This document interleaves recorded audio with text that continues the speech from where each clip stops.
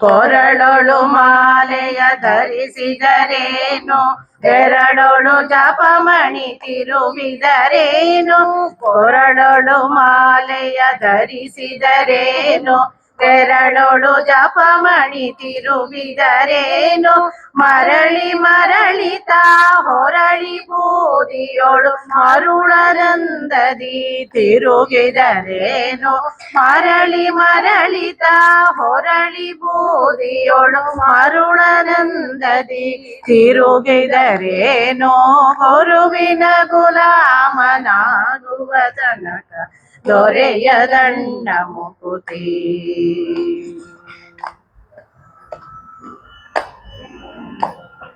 ದಾರುಣಿಯೆಲ್ಲ ಆಳಿದರೇನು, ಶರೀರಕ್ಕೆ ಸುಖವನ್ನು ಬಿಡಿಸಿದರೇನು.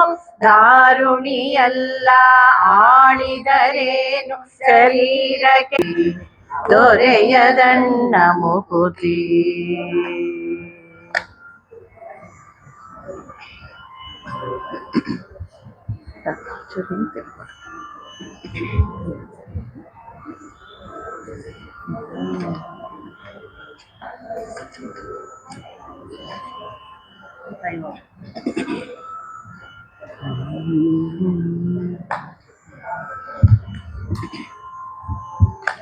ರಾಮ ಎಂದರೆ ಜನುಮ ಸಾರ್ಥಕ, ಕೃಷ್ಣ ಎನ್ನದಿದ್ದರೆ ಬದುಕು ನಿರರ್ಥಕ.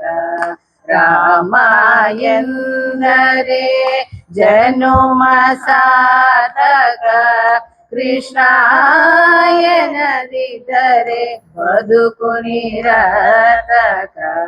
ರಾಮ ಎಂದರೆ ಕೃಷ್ಣ ಎಂದರೆ ಜನುಮ ಸಾರ್ಥಕ.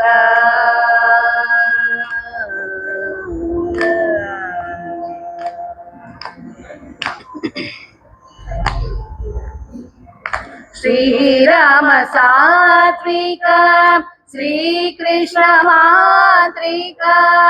ಶ್ರೀರಾಮ ಸಾತ್ವಿಕ, ಶ್ರೀಕೃಷ್ಣ ಮಾತ್ರಿಕ. ಶ್ರೀರಾಮಧನುಧರ, ಶ್ರೀಕೃಷ್ಣ ಮುರಳೀಧರ. ಶ್ರೀರಾಮಧನುಧರ, ಶ್ರೀಕೃಷ್ಣ ಮುರಳೀಧರ. ರಾಮ ಎಂದರೆ ಜನುಮ ಸಾರ್ಥಕ.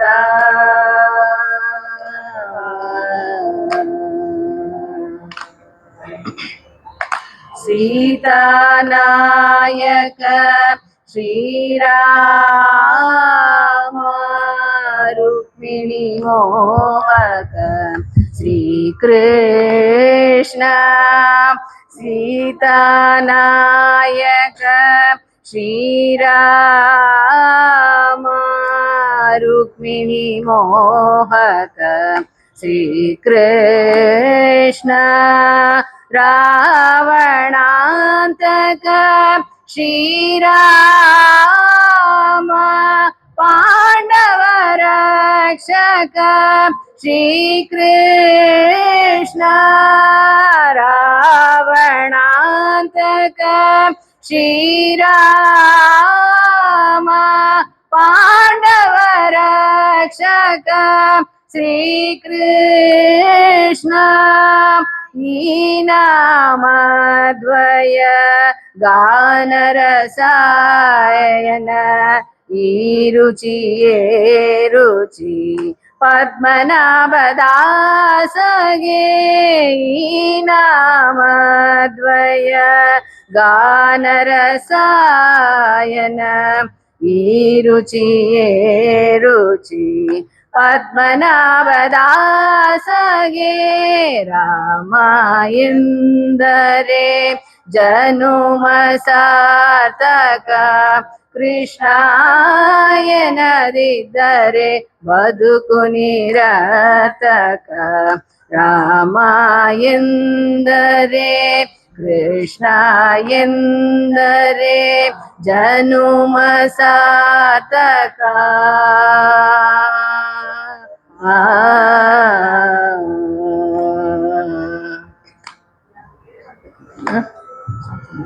ಅಷ್ಟೇ ಮುಗಿತು.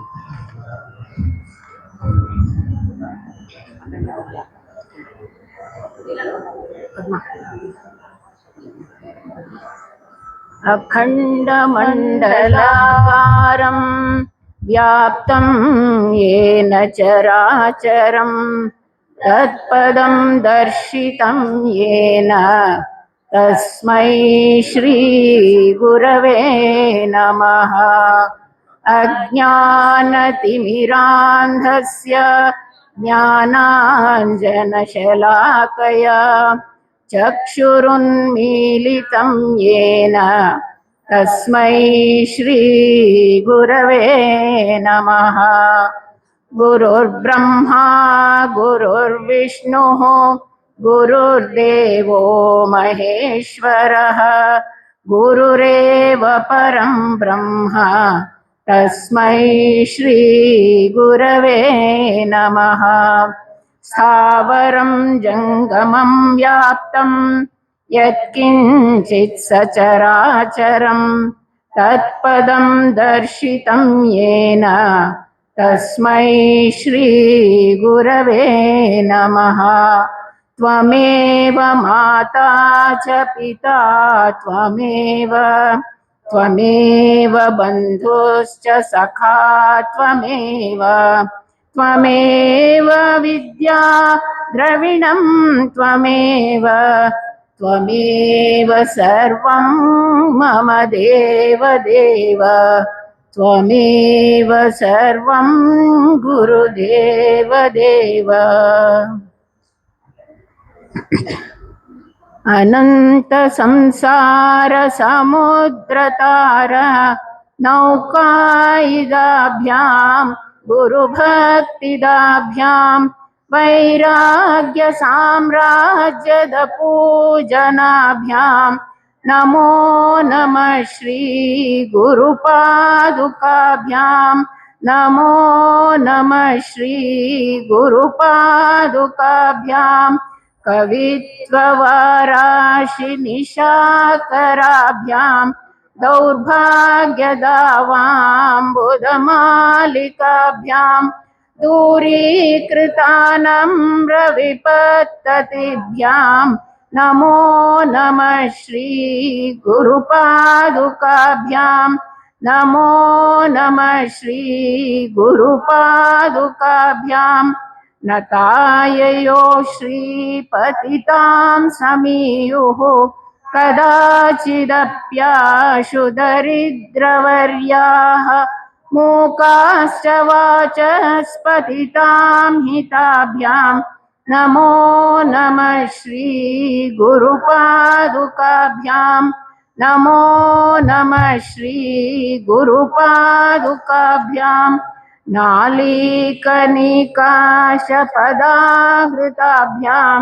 नानाविमोहादिनिवारिकाभ्यां नाभीष्टततिप्रदाभ्यां नमो नमः श्री गुरुपादुकाभ्यां नमो नमः श्री गुरुपादुकाभ्यां नृपालिमौली व्रजरत्नकान्ति सरिद्विराज झषकन्यकाभ्यां नृपत्वदाभ्यां नतलोकपङ्क्तेः नमो नमः श्री गुरुपादुकाभ्यां नमो नमः श्री गुरुपादुकाभ्यां पापान्धकारार्कपरम्पराभ्यां तापत्रयाहीन्द्रखगेश्वराभ्यां जाड्याभ्यां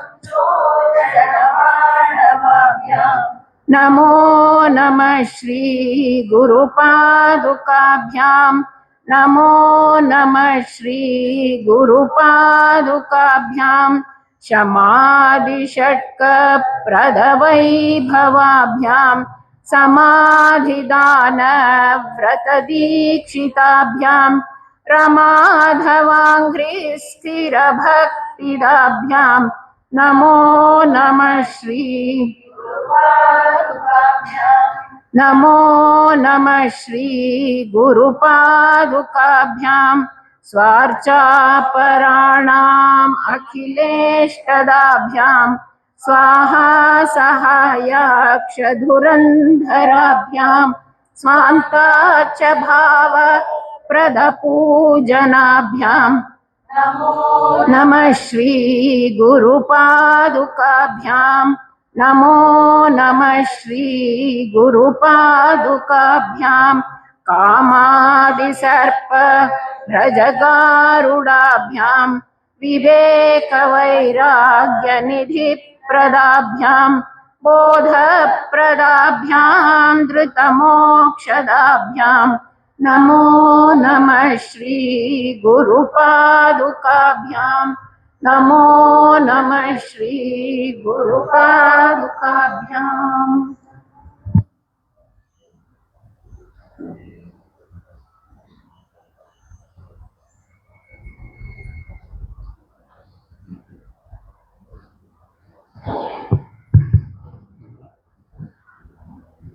हरि ओम। गुरु ब्रह्मा गुरु विष्णु गुरुदेवो महेश्वरः गुरुर् साक्षात् परब्रह्म तस्मै श्री गुरवे नमः।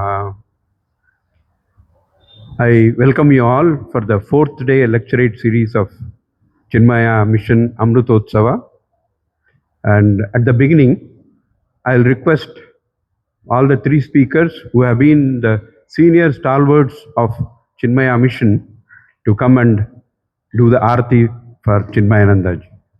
Hari Om.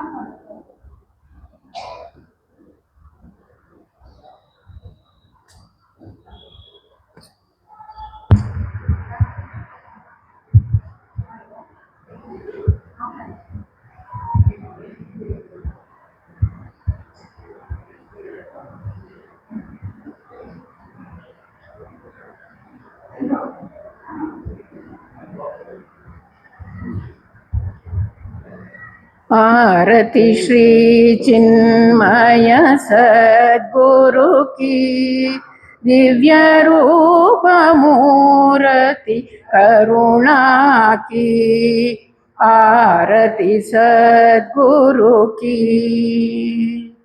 चरणों में उनके शांति समाए शरणागत की भ्रांति मिटाए पाप ताप संताप हरण की आरती श्री चिन्मय सद्गुरु की आरती सद्गुरु की वेद उपनिषद गीता को गाया धर्म सनातन फिर से जगाया शुद्ध नीति प्रीति शंकर की आरती श्री चिन्मय सद्गुरु की आरती सद्गुरु की सिद्ध बारिकी तपोभूमि में नित्य विराजे गुरु हमारे भक्त हृदय आनंद स्रोत की आरती श्री चिन्मय सद्गुरु की आरती सद्गुरु की, आरती सद्गुरु की। बोलो सद्गुरु महाराज की जय।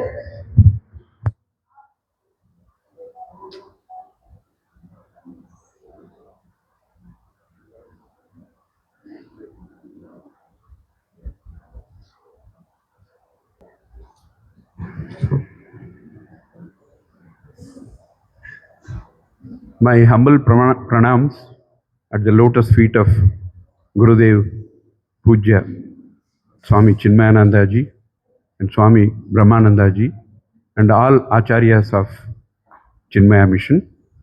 We start our program. The first lecture is by Sri A.S. Ravi. He is a permanent member and a great volunteer of Chinmaya Mission. He is present in all Gnana Yagnas anywhere in Bangalore, offering his sincere and heartfelt service in providing all the logistic and administrative support for all the programs. In his own words about himself, he says, "I am a volunteer who is trying to evolve through service with a deep desire to discover the truth and the mysterious play of Maya through satsang with Swamijis and advanced sadhaks." What a great thought he has given to us. Otherwise, we normally give a lot of our own details, but he has given such a beautiful message to all of us. His talk today is Gahana Karmano Gatihi, based on Shloka 17 of chapter 4 of Bhagavad Gita.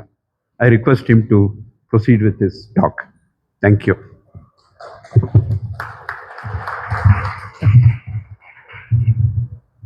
Hari Om. Thank you, Nagaraj.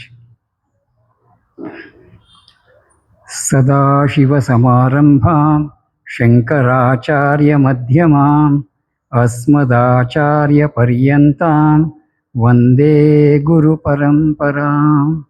Vande Guru Paramparam. Yasya Smarana Matrena Bhakta Shishyascha Sevakaha Preranam Prapnuvantiha Chinmayam Tam Vayam Namaha. Chinmayam Tam Vayam Namaha.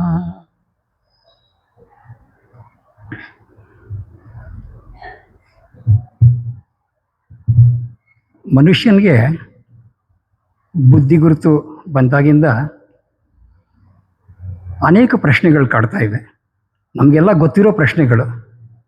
ನಾನು ಯಾರು, ಎಲ್ಲಿಂದ ಬಂದೆ, ಜೀವ, ಜಗತ್ತು, ಈಶ್ವರ, ವೈವಿಧ್ಯತೆ ಜಗತ್ತಿನಲ್ಲಿ, ಇವೆಲ್ಲ ಏನು ಅಂತ, ಅಂತಿಮ ಗುರಿ ಏನು, ಎಲ್ಲದಕ್ಕಿಂತ ಹೆಚ್ಚಾಗಿ ಈ ಪ್ರಪಂಚ ಯಾವ ರೀತಿ ನಡೀತಾ ಇದೆ.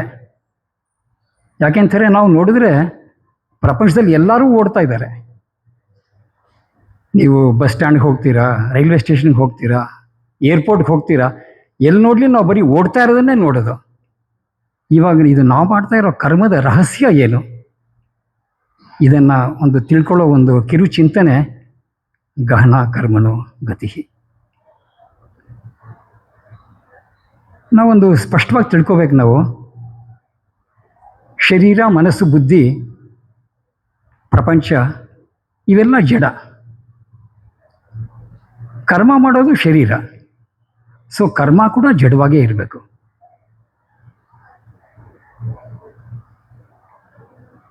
ರಮಣರೇ ಹೇಳ್ಯಾರ ಅದನ್ನು, ಕರ್ಮ ಕಿಂ ಪರಂ ತಜ್ಜಡಂ ಅಂತ. ಇದು ನಮ್ಮತ್ತ ಸಾಮಾನ್ಯರಿಗೆ ಮಾತ್ರ. ಇದು ಉನ್ನತ ಸಾಧಕರಿಗೆ, ಮಹಾತ್ಮರಿಗೆ, ಯಾರಿಗೆ ದೇಹ ಭಾವನೆ ಇಲ್ವೋ, ಯಾರು ಈ ಪ್ರಪಂಚದಲ್ಲಿ ವಿಷಯ ವಸ್ತುಗಳು, ವ್ಯಕ್ತಿಗಳು, ಸನ್ನಿವೇಶಗಳು ಇವುಗಳಿಂದ ಸುಖ ಸಿಗಲ್ವೋ, ಯಾರು ಯಾವುದೇ ಸನ್ನಿವೇಶದಲ್ಲಿ ತಮ್ಮ ಒಂದು ಮನಸ್ಸನ್ನು ಪ್ರಶಾಂತವಾಗಿ ಇಟ್ಕೋತಾರೋ ಅವರಿಗೆ ಈ ಒಂದು ಗಹನ ಕರ್ಮಣ ಗತಿ ಖಂಡಿತ ಅನ್ವಯಿಸಲ್ಲ ಅವ್ರಿಗೆ. ಅದಕ್ಕೆ ನಮ್ಮ ಹಿರಿಯರು ಏನು ಮಾಡಿದ್ರು, ನಮ್ಮಂಥವ್ರಿಗೆ, ನಮ್ಮಂಥ ಸಾಮಾನ್ಯರಿಗೆ ಅರ್ಥವಾಗೋ ರೀತಿಲಿ ನಮ್ಮ ಭಾಷೆಯಲ್ಲೇ ಯಾವ ರೀತಿ ನಾವು ಅರ್ಥ ಮಾಡ್ಕೋಬೋದು ಅಂತ ತುಂಬ ಚೆನ್ನಾಗಿ ತೋರಿಸ್ಕೊಟ್ಟಿದ್ದಾರೆ ಶಾಸ್ತ್ರಗಳ ಮೂಲಕ. ಕರ್ಮ ಅಂದರೆ ಶಿಕ್ಷೆ ಅಲ್ಲ. ನಾವೆಲ್ಲ ಹೇಳ್ತೀವಲ್ಲ, ನನ್ನ ಕರ್ಮ ನಿನ್ನ ಕರ್ಮ ಅಂತ ಹೇಳ್ತೀವಲ್ಲ. ಕರ್ಮ ಶಿಕ್ಷೆ ಅಲ್ಲ, ಅದು ಒಂದು ವಿಚಿತ್ರ, ನಮ್ಮ ಬುದ್ಧಿದ ವಿಚಿತ್ರ ಗುಣ ಸ್ವಾಮಿ. ಏನು ಅಂತ ಹೇಳಿದ್ರೆ ಪ್ರತಿಯೊಂದು ವಿಷಯಕ್ಕೂ ಕಾರಣ ಹುಡುಕೋದು. ಕಾರಣ ಹುಡುಕ್ತಾನೆ ಹೋಗ್ತಾ ಇರ್ತೀವಿ. ಪ್ರತಿಯೊಂದು ವಿಷಯಕ್ಕೂ ಕಾರಣ ಹುಡುಕಿದ್ರೆ ಖಂಡಿತ ಕಾರಣ ಸಿಗೋದೇ ಇಲ್ಲ. ನಾವು ಎಷ್ಟು ಹುಡುಕ್ತಾ ಹೋಗ್ತೀವೋ ಕಾರಣ ಅಷ್ಟು ಹಿಂದಕ್ಕೆ ಹೋಗ್ತಾ ಇರುತ್ತೆ. ಒಂದು ಯೋಚನೆ ಮಾಡ್ಬೇಕು, ನಾವು ಕರ್ಮ ಯಾಕೆ ಮಾಡ್ತಾ ಇದ್ದೀವಿ ಅಂತ ನಿಧಾನವಾಗಿ ಯೋಚನೆ ಮಾಡಿದ್ರೆ ನಮಗೆ ಗೊತ್ತಾಗತ್ತೆ. ಕರ್ಮ ಮಾಡೋಕ್ಕೆ ಮೇಯ್ನ್ ಕಾರಣ ಅವಿದ್ಯಾ, ಕಾಮ, ಅದರಿಂದ ಕರ್ಮ. ಒಂದು ಸಲ ನಾನು ದೇಹ ಅಂತ ಆ ತಪ್ಪನ್ನು ಒಪ್ಕೊಂಡ್ಬಿಟ್ರೆ ಮುಗೀತು ಅಲ್ಲಿಗೆ. ನಾನು ಬೇರೆ, ಜಗತ್ ಬೇರೆ, ಈಶ್ವರ. ದೇಹ ಕಂಡ್ಕೊಂಡ ತಕ್ಷಣ ದೇಹದ ಏನು ಒಂದು ವಾಸನೆಗಿದು ಬೈಕ್ಗಳಿವೆ, ಅದನ್ನು ಪೂರೈಸೋಕ್ಕೆ ನಮ್ಮ ಕೈಯಲ್ಲಿ ಆಗೋದೇ ಇಲ್ಲ. ಅದು ಬೇಕು, ಇದು ಬೇಕು, ಮತ್ತೊಂದು ಬೇಕು. ಈ ಕಾಮತೃಪ್ತಿಗೆ ನಾವು ಮಾಡ್ತಾ ಇರೋದು ನಿರಂತರವಾದ ಕರ್ಮ. ನಮ್ಮಲ್ಲೊಂದು ನಂಬಿಕೆ ಇದೆ. ನಂಬಿಕೆ ಅಂತ ಹೇಳೋಕ್ಕಾಗಲ್ಲ ಅದನ್ನು. ನಾವು ಎಷ್ಟು ಕಳ್ಳರು ಅಂತ ಹೇಳಿದ್ರೆ ನಾವು ಎಲ್ಲದಕ್ಕೂ ಹೇಳ್ಬಿಡ್ತೀವಿ, ತೇನ ವಿನ ತೃಣಮಪಿ ನ ಚಲತಿ. ಎಲ್ಲ ಭಗವಂತ ಮಾಡಿಸ್ತಾ ಇರೋದು ಅಂತ ಎಲ್ಲ ಭಗವಂತನ ಮೇಲೆ ಹಾಕ್ಬಿಡ್ತೀವಿ ನಾವು. ಇಲ್ಲಿ ನಾವು ಒಂದು ಅರ್ಥ ಮಾಡ್ಕೋಬೇಕು. ಅದರ ಅರ್ಥ, ಭಗವಂತನ ಅನುಗ್ರಹ ಇಲ್ಲದೇನೆ ನಾವು ಯಾವ ಕರ್ಮನೂ ಮಾಡೋಕ್ಕಾಗಲ್ಲ, ಮನಸ್ಸಿನಲ್ಲಿ ಚಿಂತನೆ ಕೂಡ ಮಾಡೋಕ್ಕಾಗಲ್ಲ. ನಾವು ಭಗವಂತನ ಅನುಗ್ರಹ ಬೇಕೇ ಬೇಕು. ಅವನ ಚೈತನ್ಯ ಇಲ್ಲದೆ ಈ ಜಡ ಶರೀರ ಏನೂ ಕೆಲಸನೂ ಮಾಡೋಕ್ಕಾಗಲ್ಲ, ಮನಸ್ಸಿನಲ್ಲಿ ಚಿಂತೆ ಕೂಡ ಮಾಡೋಕ್ಕಾಗಲ್ಲ. ಆದರೆ ಒಂದು ನಮಗೆ ಅವಕಾಶ ಇದೆ, ಸ್ವಾತಂತ್ರ್ಯ ಇದೆ. ಯಾವ ಕರ್ಮ ಮಾಡ್ಬೋದು, ಯಾವ ಕರ್ಮ ಮಾಡಬಾರದು, ಅದನ್ನು ನಾವು ನಿರ್ಧರಿಸ್ಬೋದು. ನಮಗೆ ಆ ಸ್ವಾತಂತ್ರ್ಯ ಇದೆ. ಸತ್ವ, ರಜಸ್, ತಮಸ್ ಆ ಗುಣಗಳನ್ನ ಆಧರಿಸಿ. ಒಂದು ನಮಗೆ ಅರ್ಥ ಮಾಡ್ಕೋಬೇಕು ನಾವು, ನಮ್ಮ ಮುಂದೆ ಏನು ಸನ್ನಿವೇಶ ಬರುತ್ತೆ, ಯಾವುದೇ ಸನ್ನಿವೇಶ ಬರಲಿ, ಆ ಸನ್ನಿವೇಶಕ್ಕೆ ಕಾರಣ ಏನು ಅಂತ. ಆ ಸನ್ನಿವೇಶ ಬರೋಕ್ಕೆ ಕಾರಣ ನಾವು ಹಿಂದೆ ಭೂತಕಾಲದಲ್ಲಿ ಮಾಡಿದ ಕರ್ಮ ಫಲದ, ಆ ಕರ್ಮ ಫಲದಿಂದ ಒಂದು ಸನ್ನಿವೇಶ ಬರುತ್ತೆ ನಮಗೆ. ಆ ಸನ್ನಿವೇಶ ಬಂದಾಗ ನಮಗೆ ಸ್ವಾತಂತ್ರ್ಯ ಉಂಟು. ನಾವು ಅದಕ್ಕೆ ಪ್ರತಿಕ್ರಿಯೆ, ಪ್ರತ್ಯುತ್ತರ ನೀಡಬಹುದು, ಇಲ್ಲ ಸುಮ್ಮನಿರ್ಬೋದು. ರಮಣರು ಮಾಡಿದ್ದಷ್ಟೇ. ರಮಣರು ಸನ್ನಿವೇಶ ಬಂದಾಗ ಮೌನವಾಗಿ ಇದ್ಬಿಟ್ರು ಅವರು. ಸನ್ನಿವೇಶ ಅವ್ರ ಮುಂದೆ ಬಂದಾಗ ಸನ್ನಿವೇಶ ನೋಡುವವನು ಯಾರು, ದೇಹ, ಮನಸ್ಸು, ಬುದ್ಧಿಯ ಹಿಂದೆ ಆ ಆಧಾರದ ಹಿಂದೆ ಹೋಗಿ ನಿಂತರು ಅವರು. ಇದು ಅವರ ಒಂದು ವೈಶಿಷ್ಟ್ಯತೆ ಅವರು. ಬಟ್ ನಾವೇನು ಮಾಡ್ತೀವಿ, ನಮ್ಮ ಮುಂದೆ ಏನಾದ್ರು ಸನ್ನಿವೇಶ ಬಂತ, ಪ್ರತ್ಯುತ್ತರ, ಪ್ರತಿಕ್ರಿಯೆ. ಪ್ರತಿಕ್ರಿಯೆ ನೀಡಿದ ತಕ್ಷಣ ಏನಾಗುತ್ತೆ, ಕತೆ ಶುರು ನಮ್ಮದು. ವಾಸನೆಗಳ ಉದ್ಭವ, ಸಂಚಿತ ಕರ್ಮದ ಜೊತೆ ಆಗಾಮಿ ಕರ್ಮ ಸೇರಿಕೊಳ್ಳುತ್ತೆ. ಈ ಒಂದು ನಿಗೂಢವಾದ, ಒಂದು ರಹಸ್ಯವಾದ ಈ ಕರ್ಮಗತಿಯಲ್ಲಿ ಈ ಪ್ರಪಂಚ ಅನಾದಿ ಕಾಲದ ನಡೀತಾ ಇರೋದು. ಜನ್ಮ ಮೃತ್ಯು ಚಕ್ರದಲ್ಲಿ ಸಂಸಾರ ನಡ್ಕೊಂಡು ಹೋಗ್ತಾ ಇದೆ. ಕರ್ಮ ಮಾಡದೆ ಸುಮ್ಮನೆ ಇರೋಣವಾ? ಅದೂ ಸಾಧ್ಯ ಇಲ್ಲ. ನಹಿ ಕಶ್ಚಿತ್ ಕ್ಷಣಮಪಿ ಜಾತು ತಿಷ್ಟತ್ಯ ಕರ್ಮಕೃತ. ಒಂದು ಕ್ಷಣ ಕೂಡ ಕರ್ಮ ಮಾಡದೆ ಸುಮ್ಮನೆ ನಮ್ಮ ಕೈಲಿ ಸಾಧ್ಯನೇ ಇಲ್ಲ. ಏನು ಮಾಡ್ಬೋದು ನಾವು? ಕರ್ಮಣ್ಯೇ ವಾದಿಕಾರಸ್ತೆ. ಏನು ಕರ್ಮ ನಮ್ಮ ಪಾಲಿಗೆ ಬಂದಿದೆಯೋ ಆ ಕರ್ಮವನ್ನು ಯಶಸ್ವಿಯಾಗಿ, ಪ್ರಾಮಾಣಿಕವಾಗಿ ನಾವು ಮಾಡೋಕ್ಕೆ ಪ್ರಯತ್ನ ಪಡಬೇಕು. ಫಲದ ಬಗ್ಗೆ ಯೋಚನೆ ಮಾಡಬಾರ್ದು. ಯಾಕೆಂತ ಹೇಳಿದ್ರೆ ಫಲ ಅಪೇಕ್ಷೆ ಪಡದೆ ಕರ್ಮ ಯಾರೂ ಮಾಡ್ತಾ ಇಲ್ಲ.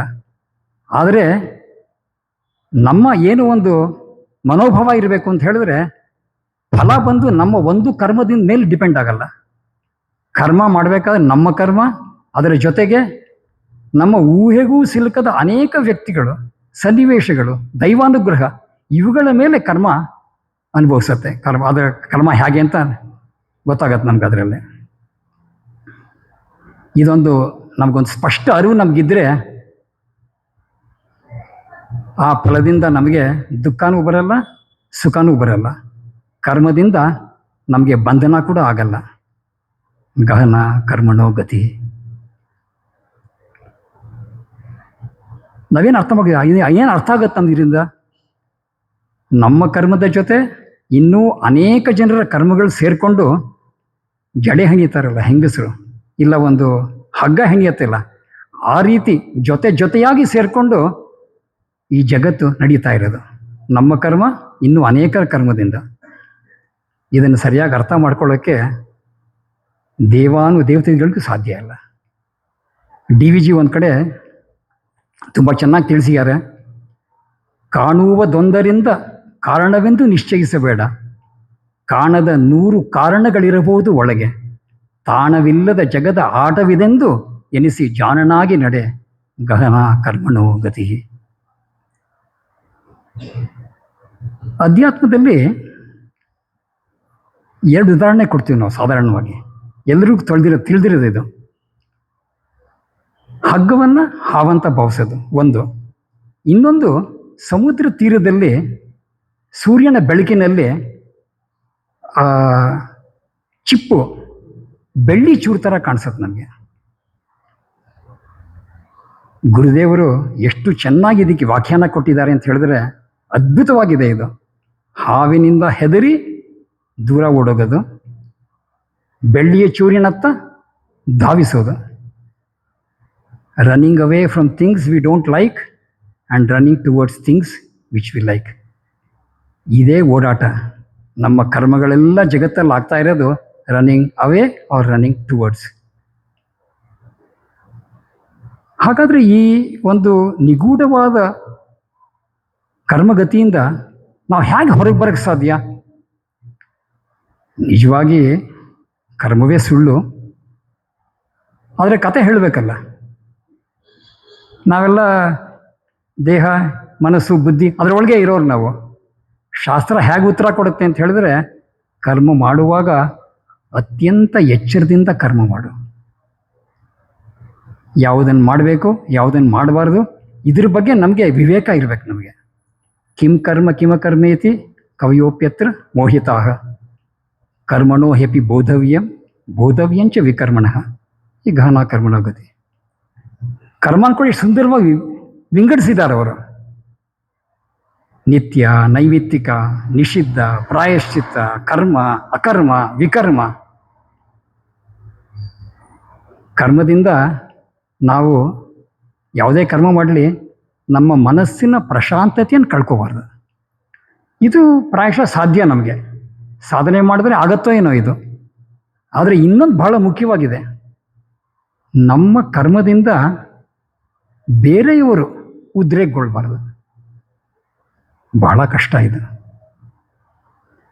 ಯಸ್ಮಾನ್ನೋ ದ್ವಿಜತೆ ಲೋಕಃ ಲೋಕಾನ್ನೋ ದ್ವಿಜತೆ ಚಯ. ಅಷ್ಟೇ ಅಲ್ಲ, ನಮ್ಮ ಕರ್ಮದಿಂದ ನಾವೇ ಆಧ್ಯಾತ್ಮಿಕವಾಗಿ ಶ್ರೇಯಸ್ಸನ್ನು ಅನ್ವೇಷಿಸಬೇಕು. ಉದ್ಧರೇದಾತ್ಮನಾತ್ಮಾನಂ ಆತ್ಮಾನಂ ಅವಸಾದಯೇತ್. ನಮ್ಮ ಉದ್ಧಾರ ನಾವೇ ಮಾಡ್ಕೋಬೇಕು. ನಿಸ್ವಾರ್ಥ ಕರ್ಮದಿಂದ ಮಾತ್ರ ಇದು ಸಾಧ್ಯ. ಗಹನ ಕರ್ಮಣೋ ಗತಿ. ಕರ್ಮ ಮಾಡೋದು ಹೇಗೆ ಅಂತ ನಾವು ಯೋಚನೆ ಮಾಡಿದ್ರೆ, ಮೈ ಸರ್ವಾಣಿ ಕರ್ಮಾಣಿ ಸನ್ಯಸ್ಯಾದಾತ್ಮ ಚೇತಸ, ಯತ್ಕರೋಷಿ ಯದಶ್ನಾಸಿ ಯಜ್ಜುಹೋಷಿ ದದಾಸಿ ಯತ್. ಏನೇ ಕರ್ಮ ಮಾಡಲಿ ನಾವು ಭಗವಂತನಿಗಾಗಿ ಮಾಡ್ತಾ ಇದ್ದೀವಿ. ಆ ಒಂದು ಸಮರ್ಪಣಾ ಭಾವ, ಏನು ಫಲ ಬರುತ್ತೆ ಈಶ್ವರಾರ್ಪಣ, ಅದು ಪ್ರಸಾದ ಬುದ್ಧಿ. ಇಷ್ಟು ನಾವು ನಮ್ಮ ಮನಸ್ಸಲ್ಲಿ ಬೆಳೆಸ್ಕೊಂಡ್ಬಿಟ್ರೆ ಕೆಲಸದಿಂದ ನಮಗೆ, ಕರ್ಮದಿಂದ ನಮಗೆ ಫಲ ಸಿಗುತ್ತೋ ಬಿಡುತ್ತೋ, ಮನಸ್ಸಿನ ಪ್ರಶಾಂತತೆಯನ್ನು ನಾವು ಕಳ್ಕೊಳ್ಳಲ್ಲ. ಅದರ ಜೊತೆ ಕರ್ಮ ಮಾಡುವ ಮುಂಚೆ, ಕರ್ಮ ಮಾಡುವಾಗ, ಕರ್ಮ ಮಾಡಿದ ಮೇಲೆ ಹೇಗಿರಬೇಕು ಅಂತ ಹೇಳಿದ್ರೆ, ಕೃತಕೃತ್ಯ ಭಾವ, ಶಾಂತ ಮನಸ್ಸು, ಉದಾಸೀನತೆ, ವೈರಾಗ್ಯ. ಹೊರಗೆ ಲೋಕಾಸಕ್ತಿ, ಒಳಗೆ ಸಕಲ ವಿರಕ್ತಿ, ಹೊರಗೆ ಕಾರ್ಯಧ್ಯಾನ, ಒಳಗೆ ಉದಾಸೀನ, ಹೊರಗೆ ಸಂಸ್ಕೃತಿ ಭಾರ, ಒಳಗಾದ್ರೆ ತಾತ್ಸಾರ, ವರಯೋಗ ಮಾತ್ರವಿದು, ಗಹನ ಕರ್ಮಣೋ ಗತಿ. ಈ ರೀತಿ ಶರಣಾಗತಿಯಿಂದ ನಮ್ಗೇನು ದೊರಕತ್ತೆ? ನಮಗೆ ಭಗವಂತನ ಆಶ್ವಾಸನೆ, ಭರವಸೆ. ಅನನ್ಯಾಶ್ಚಿಂತಯಂತೋ ಮಾಂ ಯೇ ಜನಾಃ ಪರ್ಯುಪಾಸತೆ ತೇಷಾಂ ನಿತ್ಯಾಭಿಯುಕ್ತಾನಾಂ ಯೋಗಕ್ಷೇಮಂ ವಹಾಮ್ಯಹಂ. ಮನಸ್ಸು ಪ್ರಶಾಂತವಾಯಿತು, ಯೋಗ. ಒಂದು ಸಲ ಮನಸ್ಸು ರುಚಿ ನೋಡ್ತು, ಅದನ್ನು ಖಂಡಿತ ಹೊರಗಿನ ಲೋಕಕ್ಕೆ ಹೋಗಲ್ಲ. ಅದು ನಾವು ರುಚಿ ತೋರಿಸಿಲ್ಲ, ಅದಕ್ಕೆ ನಮಗೆ ತೋರ್ಸಕ್ಕೆ ಬರಲ್ಲ. ನಮಗೆ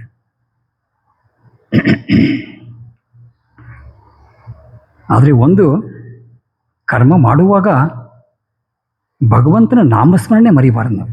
ಇದು ಅತ್ಯಂತ ಮುಖ್ಯ. ಇದು ಹೊರಗೆ ಕೆಲಸ ಮಾಡ್ತೀವ, ಒಂದು ಕೈಯಲ್ಲಿ ಕೆಲಸ ಮಾಡ್ತಾ ಇರುವಾಗ ಇನ್ನೊಂದು ಕೈ ಭಗವಂತನ ಹಿಡ್ಕೊಂಡಿರ್ಬೇಕು. ಕೆಲಸ ಮುಗೀತಾ ಎರಡು ಕೈ ಕೂಡ ಭಗವಂತನ ಕೊಟ್ಬಿಡ್ಬೇಕು, ಅವನಿಗೆ ಅರ್ಪಿಸಬೇಕು. ಮೈ ಅರ್ಪಿತ ಮನೋಬುದ್ಧಿ ಮಾಮೇ ವೈಶ್ಯಸ್ಯ ಸಂಶಯ. ಹನುಮಂತನ ರೀತಿ, ಬಾಗಿದ ಶಿರ, ಮುಗಿದ ಕೈ. ಸರ್ವಧರ್ಮಾನ್ ಪರಿತ್ಯಜ್ಯ ಮಾಮೇಕಂ ಶರಣಂ ವರಜ. ಸ್ವಾಮಿ ರಾಮತೀರ್ಥರು ಭಾಳ ಚೆನ್ನಾಗಿ ಹೇಳ್ತಾರೆ. ನಾವು ಧ್ಯಾನ ಮಾಡುವಾಗ, ಪೂಜೆ ಮಾಡುವಾಗ, ಭಜನೆ ಮಾಡುವಾಗ ನಮ್ಮ ಮನಸ್ಸು ಅಲ್ಲಿರುತ್ತಾ, ಎಲ್ಲೆಲ್ಲೋ ಓಡೋಗತ್ತೆ. ಏನೋ ಆಫೀಸಲ್ಲಿ ಕೆಲಸ, ಯಾರನ್ನೋ ಭೇಟಿ ಮಾಡಬೇಕು, ಹೆಂಗಸರಾದರೆ ಅಡುಗೆ ಮನೇಲಿ ಏನು ಅಡುಗೆ ಮಾಡಬೇಕು, ಏನು ತಿಂಡಿ ಮಾಡಬೇಕು, ಮಕ್ಕಳು ಶಾಲೆಗೆ ಹೋಗಿದ್ದಾರೆ, ಅತಿಥಿಗಳು ಬರ್ತಾರೆ, ಈ ರೀತಿ ಹೊರಗೆ ಓಡೋದೇ ಜಾಸ್ತಿ ಮನಸ್ಸು. ರಾಮತೀರ್ಥರು ಹೇಳ್ತಾರೆ, ಅದೆಲ್ಲ ಸರಿ, ಅದು ಸ್ವಾಭಾವಿಕ. ಆದರೆ ಹೊರಗೆ ನಾವು ಜಗತ್ತಿನಲ್ಲಿ ಕೆಲಸ ಮಾಡುವಾಗ ರಾಮನಾಮ ನಮಗೆ ತೊಂದರೆ ಕೊಟ್ಟರೆ, ಪೊಲೀಸ್ ಥರ, ಅಲ್ಲಿ ಪೊಲೀಸ್ ಇದ್ದಾನೆ ಅಂತ ಹೇಳಿದ್ರೆ ಕೆಂಪು ದೀಪ ನಾವು ದಾಟಲ್ಲ, ಕಳ್ಳತನ ಮಾಡಲ್ಲ, ಕೆಟ್ಟ ಕೆಲಸ ಮಾಡಲ್ಲ. ರಾಮನಾಮ ನಮಗೆ ಹೇಗಿರಬೇಕು ಅಂತ ಹೇಳಿದ್ರೆ, ಈ ಸಂಗೀತದಲ್ಲಿ ಈ ಶ್ರುತಿ ಆ ಥರ ನಮ್ಮ ಮನಸ್ಸಲ್ಲಿ ಅದು ಝೇಂಕರಿಸ್ತಾ ಇದ್ದರೆ, ಅಡ್ಡದಾರಿ ಹಿಡಿದಾಗೆಲ್ಲ ನಮಗೆ ಅದು ಒಂದು ರೀತಿ ಒಂದು ಎಚ್ಚರ ನೀಡುತ್ತೆ. ಗಹನ ಕರ್ಮಣೋ ಗತಿ. ಇನ್ನೊಂದು ನಾವು ಯೋಚನೆ ಮಾಡಬೇಕು, ನಮಗೆ ಕರ್ಮ ಮಾಡೋಕ್ಕಾಗೋದು ನಾವು ಎಚ್ಚರವಾಗಿರುವಾಗ ಮಾತ್ರ. ನಮ್ಮ 3 ಸ್ಥಿತಿ ನಮಗೆ ಗೊತ್ತೇ ಇದೆ, 3 ಅನುಭವ: ಎಚ್ಚರ, ಕನಸು, ನಿದ್ರೆ. ನಮಗಿರೋದಿದೆ 3 ಅನುಭವ ನಮಗಿರೋದು. ನಿದ್ರೆಯಿಂದ ಎದ್ದಾಗ ಅಹಂಕಾರ, ಮನಸ್ಸು, ಬುದ್ಧಿ, ಇಂದ್ರಿಯಗಳು, ಆಮೇಲೆ ಜಗತ್ತು. ನಿದ್ರೆಯಲ್ಲಿದ್ದಾಗ ಜಗತ್ತಲ್ಲಿ ಕರ್ಮ ಇಲ್ಲ, ಜಗತ್ತೂ ಇಲ್ಲ, ಕರ್ಮನೂ ಇಲ್ಲ. ಕನಸಿನಲ್ಲಿ ನಾವು ಎಚ್ಚರವಾಗಿರುವಾಗ ಇಂದ್ರಿಯಗಳು ಹಾಗೂ ಮನಸ್ಸಿನ ಸ್ಪಂದನ. ಕನಸಿನಲ್ಲಿ ಬರೀ ಮನಸ್ಸು. ನಿದ್ರೆಯಲ್ಲಿ ಎಲ್ಲಿದ್ದೀವಿ ನಾವು? ನಿದ್ರೆಯಲ್ಲಿ ನಾವು ಚೈತನ್ಯದ ಜೊತೆ, ಪರಮಾನಂದ, ಶುದ್ಧ ಚೈತನ್ಯ, ಪರಮಾನಂದ. ಶಾಸ್ತ್ರ ಹಾಗೂ ಗುರುಗಳು ಏನು ಹೇಳ್ತಾ ಇದ್ದಾರೆ?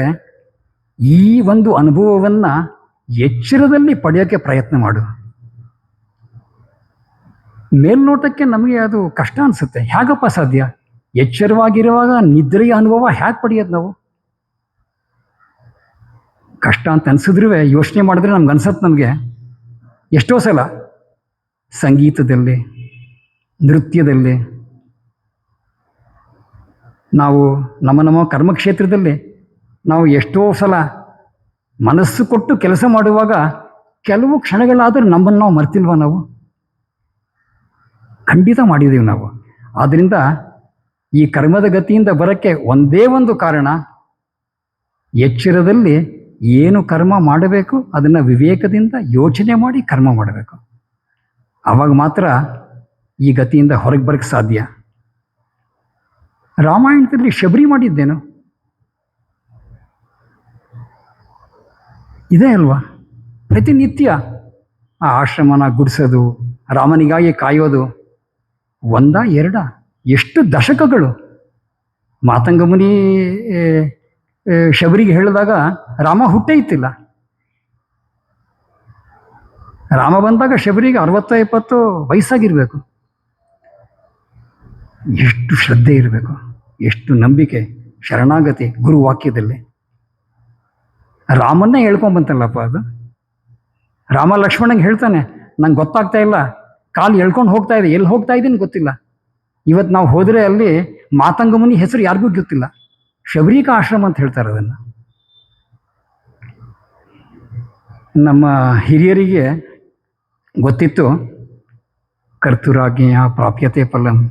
ಇದು ನಮ್ಗೆ ಹೇಳಿದ್ರೆ ಅರ್ಥ ಆಗಲ್ಲ ನಮಗೆ ಅಂತ. ದೇಹ ನಾನು ಅಂತ ನಾವೆಲ್ಲ ಒಪ್ಕೊಂಡಿರುವಾಗ ಮಾಡಬಾರದ ಕೆಲಸ ಮಾಡ್ತೀವಿ ಈ ದೇಹಕ್ಕೋಸ್ಕರ.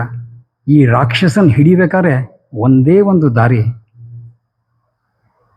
ಹೇಗೆ ಅಂತ ಹೇಳಿದ್ರೆ, ಜಗತ್ತಿನ ಸಮತೋಲನ ಕಾಪಾಡೋದಕ್ಕೋಸ್ಕರ. ಅದಕ್ಕೆ ಅವರು ಮಾಡಿದ ಒಂದು ಅದ್ಭುತ ಕೆಲಸ ಸ್ವಾಮಿ. ಲೆಕ್ಕವಿಲ್ಲದ ಪುರಾಣಗಳು, ರಾಮಾಯಣ, ಮಹಾಭಾರತ, ಭಾಗವತ, ಏನು ಕೇಳಬೇಕಾ?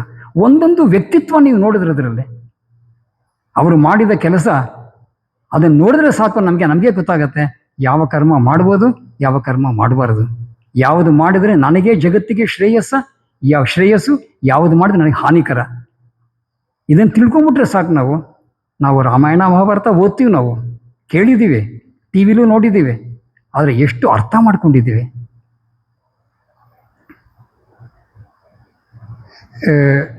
ರಾಮಾಯಣದಲ್ಲಿ ರಾಮ ಸೀತೆ ಲಕ್ಷ್ಮಣ ಕಾಡಿಗೆ ಹೋಗ್ತಾರೆ. ಇದು ಕತೆ, ತಿರ್ಗಾನ ಕತೆ ಹೇಳ್ತಾ ಇದ್ದೀನಿ. ಕರ್ಮವೇ ಒಂದು ಸುಳ್ಳು ನಾವೆಲ್ಲ ಒಪ್ಕೊಂಡ್ಮೇಲೆ, ಆದರೆ ನಮಗಿನ್ನೂ ಅದ್ರ ಮೇಲೆ ನಂಬಿಕೆ ಬಂದಿಲ್ಲ. ನಮಗೆ ಕತೆ ಹೇಳಲೇಬೇಕು. ರಾಮಾಯಣದಲ್ಲಿ ರಾಮ ಲಕ್ಷ್ಮಣ ಸೀತೆ ಕಾಡಿಗೆ ಹೋಗಿದ್ದಾರೆ. ಬರ್ತಾನೆ ಗೊತ್ತಾಗತ್ತೆ. ತಕ್ಷಣ ಇಡೀ ಸೈನ್ಯ, ಗುರುಗಳು, ಮಾತೆಯರು ಎಲ್ಲರನ್ನೂ ಕರ್ಕೊಂಡು ಬರ್ತಾನೆ ರಾಮನ್ ಕರ್ಕೊಂಡು ಹೋಗೋದಕ್ಕೆ. ಲಕ್ಷ್ಮಣ ಮರದ ಮೇಲಿಂದ ನೋಡ್ತಾನೆ. ಅಸಾಧ್ಯವಾದ ಕೋಪ ಬರುತ್ತೆ ಅವನಿಗೆ. ರಾಜ್ಯ ಸಿಕ್ಕಿದ ಸಾಲದು ಅಂತ ನಮ್ಮನ್ನು ಕೊಲ್ಲಕ್ಕೆ ಬಂದಿಯಾನೆ ಅಂತ ಆಡಬಾರದ ಮಾತು ಹೇಳ್ತಾನೆ. ಭರತನ ಕೊಂದೇ ಬಿಡ್ತೀನಿ ಅಂತ ಬಿಲ್ಲನ್ನು ಹೆದೆಗೇರಿಸ್ತಾನೆ. ರಾಮ ಸಮಾಧಾನ ಮಾಡ್ತಾನೆ. ಬರ್ತಾನೆ, ಸತ್ಯ ಗೊತ್ತಾಗತ್ತೆ. ಲಕ್ಷ್ಮಣನ ಪ್ರಾಯಶ್ಚಿತ್ತ. ಆದರೆ ವಾಕ್ಕರ್ಮ, ಬಾಯಲ್ಲಿ ಮಾತಾಡಿದ್ದಾನೆ, ಮನಸ್ಸಲ್ಲಿ ಚಿಂತನೆ ಮಾಡಿದ್ದಾನೆ. ಗಹನ ಕರ್ಮಣೋ ಗತಿ. ಇದೇ ಮಾತನ್ನು ಅವನು ಸೀತೆ ಬಾಯಲ್ಲಿ ಕೇಳಬೇಕಾಗಿ ಬರುತ್ತೆ. ರಾಮ ಜಿಂಕೆ ಹಿಂದೆ ಹೋದಾಗ ಸೀತೆ ತಪ್ಪಿಸ್ಕೊಂಡ್ಲ, ಲಂಕೆಗೆ ಹೋಗ್ಬೇಕಾಗಿ ಬರುತ್ತೆ. ಪಡಬಾರದು ಕಷ್ಟಪಟ್ಟಳು. ರಾವಣ ಬಿಡಿ, ರಾವಣ ಅವನು ಪೂರ್ತಿ ವಂಶ ನಾಶ ಆಯಿತು. ಯಾಕೆ ಹೇಳ್ತಾ ಇದ್ದೀನಿ ಅಂತ ಹೇಳಿದ್ರೆ, ನಾವು ನಮ್ಮ ಬುದ್ಧಿಗೆ ಕಾರಣ ಹುಡುಕ್ತಾ ಹೋದರೆ ಎಷ್ಟು ಹಿಂದೆ ಹೋಗ್ಬೋದು ಅಂತ ಎಲ್ಲರೂ ಕೇಳ್ಬೋದು. ಭರತ ರಾಮಾಯಣದಲ್ಲಿ ಅವನ ಭ್ರಾತೃಪ್ರೇಮ, ಅವನ ಒಂದು ವೈರಾಗ್ಯ, ಅವನ ಭಕ್ತಿ, ಅವನ ಶ್ರದ್ಧೆ, ಶರಣಾಗತಿ. ಎಷ್ಟೋ ಕವಿಗಳು ಭರತನನ್ನು ಹನುಮಂತನಿಗಿಂತ ಮೇಲಿಟ್ಟಿದ್ದಾರೆ. ಆಚಾರ್ಯ ಶಂಕರರು ಎಷ್ಟು ಪ್ರಭಾವ ಬೀರಿದ ಭರತವರ ಮೇಲೆ ಅಂತ ಹೇಳಿದ್ರೆ, ಅವನಿಗಾಗಿ ಒಂದು ದೇವಸ್ಥಾನ ಕಟ್ಟಿದ ಒರಿಸ್ಸಾದಲ್ಲಿ. ಇಂಥ ಭರತನ ಮೇಲೆ ಲಕ್ಷ್ಮಣನಿಗೆ ಯಾಕೆ ಈ ಥರ ಯೋಚನೆ ಬಂತು? ಭರತ ಮಾಡಿದ್ದು ಒಂದೇ ಒಂದು ತಪ್ಪು ಕೆಲಸ ಸ್ವಾಮಿ. ತಾಯಿಯ ನಿಂದನೆ, ತಾಯಿಯ ತಿರಸ್ಕಾರ. ಹೋಗ್ತಾ ಹೋಗಿ ಕೈಕೇಯಿ ಹತ್ರ ಹೋಗಿ ಬೇಕಾದ್ರೆ ನೀವು ಎಲ್ಲಿ ಬೇಕಾದ್ರೂ ಹೋಗಿ, ಕಾರಣ ಹುಡುಕ್ತಾ ಹೋದರೆ ಕಾರಣ ಸಿಗಲ್ಲ. ಜಟಾಯು ಅವನ ಪಾಡ್ಕೊಂಡು ಮಲ್ಕೊಂಡಿದ್ದ, ವೃದ್ಧ, ಶಕ್ತಿ ಇಲ್ಲ ದೇಹದಲ್ಲಿ. ಯಾರೋ ಸ್ತ್ರೀ ಕಿರಿಚ್ಕೊಂಡ್ಲು, ಕಾಪಾಡಿ ಅಂತ. ಸುಮ್ಮನಿರ್ಬೋದಾಗಿತ್ತು. ಹೋದ, ಯುದ್ಧ ಮಾಡೋದ, ಕೆಳಗೆ ಬಿದ್ದ. ಇದೇ ಸನ್ನಿವೇಶ ಮಹಾಭಾರತಕ್ಕೆ ಬನ್ನಿ. ತುಂಬಿದ ಸಭೆ, ಪಟ್ಟ ಮಹಿಷಿ, ಕುಲವಧು, ಮನೆ ಹೆಣ್ಮಗಳು ಅವಮಾನ ಆದಾಗ ಏನು ಸ್ವಾಮಿ? ಕುರುಕುಲ ಪಿತಾಮಹ ಭೀಷ್ಮ, ದ್ರೋಣ, ಕೃಪ ಎಲ್ಲ ಕಣ್ಮುಚ್ಕೊಂಡು ಕೂತ್ಕೊಂಡ್ರಲ್ಲ. ಭೀಷ್ಮ ಒಬ್ಬ ಎದ್ದು ನಿಂತ್ಕೊಂಡು ಮಾತಾಡಿದರೆ ಯಾರಿಗೂ ಧೈರ್ಯ ಇತ್ತಿಲ್ಲ. ಯಾವುದೋ ಒಂದು ವಚನಕ್ಕೆ ಕಟ್ಟಿಬಿದ್ದು, ಕೆಲಸಕ್ಕೆ ಬಾರದ ವಚನ ಕಟ್ಟಿಬಿದ್ದು ಸುಮ್ಮನೆ ಕೂತ. ಕೃಷ್ಣ ಕೂಡ ಶಪಥ ಮಾಡಿದ್ದ, ಅಸ್ತ್ರ ತೊಡಲ್ಲ ಅಂತ. ಅಸ್ತ್ರ ತೊಡಲಿಲ್ವ ಅವನು? ಪರಿಣಾಮ ಏನಾಯಿತು? ಜಟಾಯು ರಾಮನ ತೊಡೆ ಮೇಲೆ ಪ್ರಾಣ ಬಿಟ್ಟ. ದಶರಥನಿಗೂ ಸಿಕ್ಕಲಿಲ್ಲ ಆ ಪುಣ್ಯ. ಜಟಾಯುವಿನ ಅಂತ್ಯಕ್ರಿಯೆಯನ್ನು ರಾಮ ಮಾಡ್ದ. ಭೀಷ್ಮಂಗೆ ಏನಾಯಿತು? ಶರಶಯ್ಯೆ. ಅವನ ಪಾಪದ ಕೊಡ ಒಂದೊಂದು ಹನಿ ರಕ್ತದಲ್ಲಿ ಹೋಗೋ ತನಕ ಸಾವು ಕೂಡ ಬರಲಿಲ್ಲ ಅವನಿಗೆ. ಅನೇಕ ಘಟನೆಗಳು ನಮ್ಮ ಹಿರಿಯರು ಎಷ್ಟು ಚೆನ್ನಾಗಿ ಮಾಡಿದ್ದಾರೆ ಅಂತ ಹೇಳಿದ್ರೆ, ಕೃಷ್ಣ 15 ವರ್ಷದ ಮಗು ಕಂಸನನ್ನು ಕೊಂದು ದೇವಕಿ ಹತ್ರ ಬರ್ತಾನೆ. ಅಮ್ಮ, ಇವತ್ತಿನ ಕಷ್ಟ ಎಲ್ಲ ಪರಿಹಾರ ಆಯಿತು. ದೇವಕಿ ಕೇಳ್ತಾಳೆ, ಕಂದ ಯಾಕಪ್ಪ ನನಗೆ ಇಷ್ಟೊಂದು ಕಷ್ಟ ಸಿಗ್ತದೆ, ನನಗೆ ನಾ ಏನು ತಪ್ಪು ಮಾಡಿದೆ ಅಂತ ನನಗೆ ಈ ಥರ ಪುತ್ರ ವಿಯೋಗ? ಕೃಷ್ಣ ನಕ್ಕೆ ಹೇಳ್ತಾನೆ, ಅಮ್ಮ ಜ್ಞಾಪಿಸ್ಕೋ, ತ್ರೇತಾಯುಗದಲ್ಲಿ ಕೌಸಲ್ಯಗೆ ನೀನು ಪುತ್ರ ವಿಯೋಗ ಕೊಡಲಿಲ್ವಾ? ಅದನ್ನು ಇವಾಗ ಅನುಭವಿಸ್ತಾ ಇದೆಯಾ ನೀನು. ಕೌಸಲ್ಯ ಏನು ಅನುಭವಿಸಿದ್ಲು ಅದನ್ನು ಯಶೋದೆಗೆ ನಾನು ಈ ಜನ್ಮದಲ್ಲಿ ಕೊಟ್ಟಿದ್ದೀನಿ. ಈ ರೀತಿ ನಾವು ನೋಡ್ತಾ ಹೋದರೆ ಸ್ವಾಮಿ, ಪ್ರತಿಯೊಂದು ನಮ್ಮ ಪುರಾಣಗಳಲ್ಲಿ ರಾಮಾಯಣ ಮಹಾಭಾರತ ಇದೆ ಚರಿತ್ರೆ, ನಾವು ಒಂದೊಂದು ವ್ಯಕ್ತಿತ್ವ ನೋಡಿದ್ರೆ ನಾವು ತಿಳ್ಕೊಬೋದು. ನಾವು ನಮ್ಮ ಹಿರಿಯರು ಮಾಡಿರೋದು ಇದರಿಂದ ಏನಾಗತ್ತೆ ತಿಳ್ಕೊಳ್ಳಿಪ್ಪ. ಇದರಿಂದ ಯಾವ ಕರ್ಮ ಮಾಡಬಹುದು, ಯಾವ ಕರ್ಮ ಮಾಡಬಾರ್ದು, ಏನೂ ಬೇಡ. ಈ ಸನ್ನಿವೇಶ ತಗೊಳ್ಳಿ, ನಾನು ಮಾತಾಡ್ತಾ ಇದ್ದೀನಿ, ನೀವೆಲ್ಲ ಕೇಳ್ತಾ ಇದ್ದೀರಾ. ಇದಕ್ಕೆ ಕಾರಣ ಹುಡುಕ್ತೀರಾ ನೀವು? ನಾ ಹೇಳ್ತೀನಿ, ಸುಮ್ಮನೆ ಹುಚ್ಚಿಡಿಯತ್ತೆ ನಿಮಗೆ.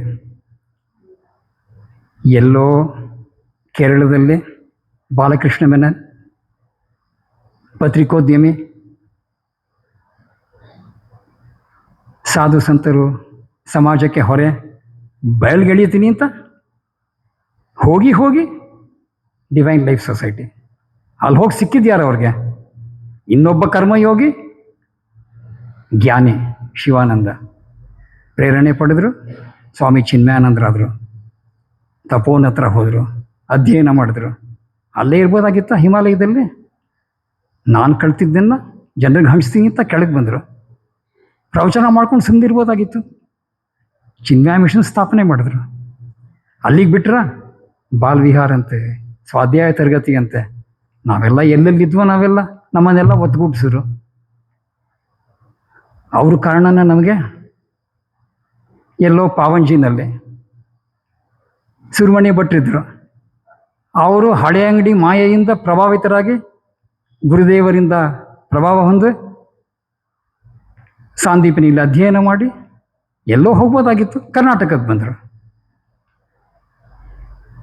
50 ವರ್ಷಗಳಲ್ಲಿ ಇವಾಗಲೇ ಹೊಳಿಬೇಕು ಅವ್ರಿಗೆ. ಸ್ವಾಧ್ಯಾಯ ತರಗತಿ ಮೆಂಬರ್ಸಿಂದ ನಾವೊಂದು ಗೀತಾ ಜ್ಞಾನ ಯಜ್ಞ ಮಾಡುವ ಅಂತ. ಅದು ಎಲ್ಲಿ? ಶ್ರೀಪಾದ ಕ್ಷೇತ್ರದಲ್ಲಿ. ಶ್ರೀಪಾದ ಕ್ಷೇತ್ರ 30 ವರ್ಷದ ಹಿಂದೆ ಬಂಜರು ಭೂಮಿ, ಏನಿತ್ತಿಲ್ಲ.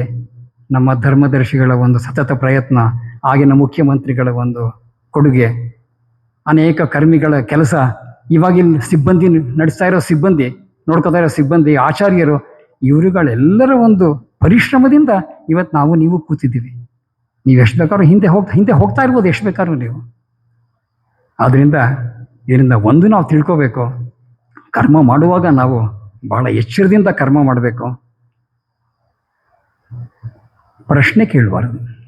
ಪ್ರಶ್ನೆ ಕೇಳಿದ್ರು ಬ್ರಹ್ಮಾಜಿ ಯಾವಾಗಲೂ ಹೇಳ್ತಾರೆ, ಪ್ರಶ್ನೆಯೇ ತಪ್ಪಿರುವಾಗ ಉತ್ತರ ಖಂಡಿತ ಸಿಗಲ್ಲ ಅಂತ. ನಾನು ಯಾರು, ಯಾಕೆ ಇಲ್ಲಿ ಬಂದೆ, ಈ ತಂದೆ ತಾಯಿ ಯಾಕೆ ನನಗೆ, ನಾನು ಯಾಕೆ ಬುದ್ಧಿವಂತ ಅಲ್ಲ, ನಾನು ಯಾಕೆ ಶ್ರೀಮಂತ ಅಲ್ಲ, ಪ್ರಶ್ನೆಗಳನ್ನ ಕೇಳಕ್ಕೆ ಹೋಗಲೇಬಾರ್ದು. ಗುರುದೇವರು ಸ್ಪಷ್ಟವಾಗಿ ಹೇಳಿಯಾರ ನಮಗೆ, the compassionate lord in is infinite compassion has put every one in a situation suitable for his or her spiritual evolvement. ಇದರಲ್ಲಿ ನಮಗೆ ನಂಬಿಕೆ ಇರಬೇಕು. ಇದರಲ್ಲಿ ನಾವು ನಂಬಿಕೆ ಶ್ರದ್ಧೆ ಬೆಳೆಸ್ಕೊಂಡ್ರೆ ಈ ಗಹನ ಕರ್ಮಣೋ ಗತಿ ನಮ್ಮ ಹತ್ರ ಬರಲ್ಲ. ನಾವು ಮಾಡಬೇಕಾಗಿದ್ದು ಒಂದೇ, ನಮಾಮಿ ನಾರಾಯಣ ಪಾದ ಪಂಕಜಂ ಕರೋಮಿ ನಾರಾಯಣ ಪೂಜನಂ ಸದಾ ವದಾಮಿ ನಾರಾಯಣ ನಾಮ ನಿರ್ಮಲಂ ಸ್ಮರಾಮಿ ನಾರಾಯಣ ತತ್ವಮಯಂ. ಸದಾಶಿವ ಹಾಕೋಬೋದು ಬೇಕಾದ್ರೆ ಇಲ್ಲಿ ಶಿವನ ಸನ್ನಿಧಿ. ಭಗವಂತ ನಮ್ಮೆಲ್ಲರಿಗೂ ಈ ರೀತಿ ಫಲಾಪೇಕ್ಷೆ ಇಲ್ಲದೇನೆ ನಿಸ್ವಾರ್ಥ ಕರ್ಮ ಮಾಡುವ ಒಂದು ಬುದ್ಧಿ ಕೊಡಲಿ. ಅದರಿಂದ ನಮ್ಮ ಮನಸ್ಸು ಶುದ್ಧವಾಗಿ ನಾವು ದೇಹ ಮನಸ್ಸು ಬುದ್ಧಿ ದಾಟಿ ಶುದ್ಧ ಚೈತನ್ಯದಲ್ಲಿ ನಿಲ್ಲುವ ಒಂದು ಅವಕಾಶ ಕಲ್ಪಿಸಲಿ. ಸರ್ವೇ ಭವಂತು ಸುಖಿನಃ, ಸರ್ವೇ ಸಂತು ನಿರಾಮಯಾಃ, ಸರ್ವೇ ಭದ್ರಾಣಿ ಪಶ್ಯಂತು ಮಾ ಕಶ್ಚಿತ್ ದುಃಖ ಭಾಗವೇತ್. ಇದು ಮೆಕ್ಯಾನಿಕಲ್ ಆಗಿ ಹೇಳಬಾರ್ದು, ಯಾಂತ್ರಿಕವಾಗಿ. ಬೆಳಿಗ್ಗೆ ಏಳುವಾಗ, ರಾತ್ರಿ ಮಲಗುವಾಗ ಲೋಕ ಸಮಸ್ತ ಸುಖಿನೋ ಭವಂತು. ಪ್ರಾಮಾಣಿಕವಾಗಿ ಪ್ರಾರ್ಥನೆ ನನಗೆ, ಹೆಂಡತಿ ಮಕ್ಕಳಿಗೆ, ತಂದೆ ತಾಯಿಗಿರಬಾರ್ದು. ಲೋಕ ಸಮಸ್ತ ಸುಖಿನೋ ಭವಂತು. ಈ ಒಂದು ಪ್ರಾರ್ಥನೆ ನಾವು ಪ್ರಾಮಾಣಿಕವಾಗಿ ನಿರ್ಮಲವಾಗಿ ಮಾಡಿದ್ರೆ ಆ ಲೋಕದಲ್ಲಿ ನಾವು ಇದ್ದೀವಲ್ಲ ಸ್ವಾಮಿ. ಎಲ್ಲರಿಗೂ ಈ ರೀತಿ ಒಂದು ಸುಖ ಶಾಂತಿ ಖಂಡಿತ ದೊರಕತ್ತೆ. ಹರಿ ಓಂ.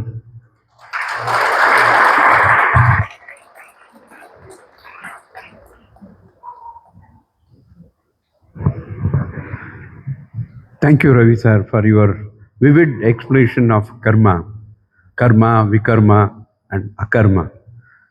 ಅದ್ರ ಜೊತೆ ಸುಲಲಿತವಾಗಿ ಎಕ್ಸಾಂಪಲ್ಸ್ ರಾಮಾಯಣದಿಂದ ಮಹಾಭಾರತದಿಂದ ಎಷ್ಟು ಚಂದವಾಗಿ ವಿಂಗಡಿಸಿ ನಮಗೆಲ್ಲ ತೋರಿಸಿದ್ದಾರೆ. The next speaker now is Shri GN yoga Narasimhan. He is a consultant civil engineer and retired from BL as deputy manager.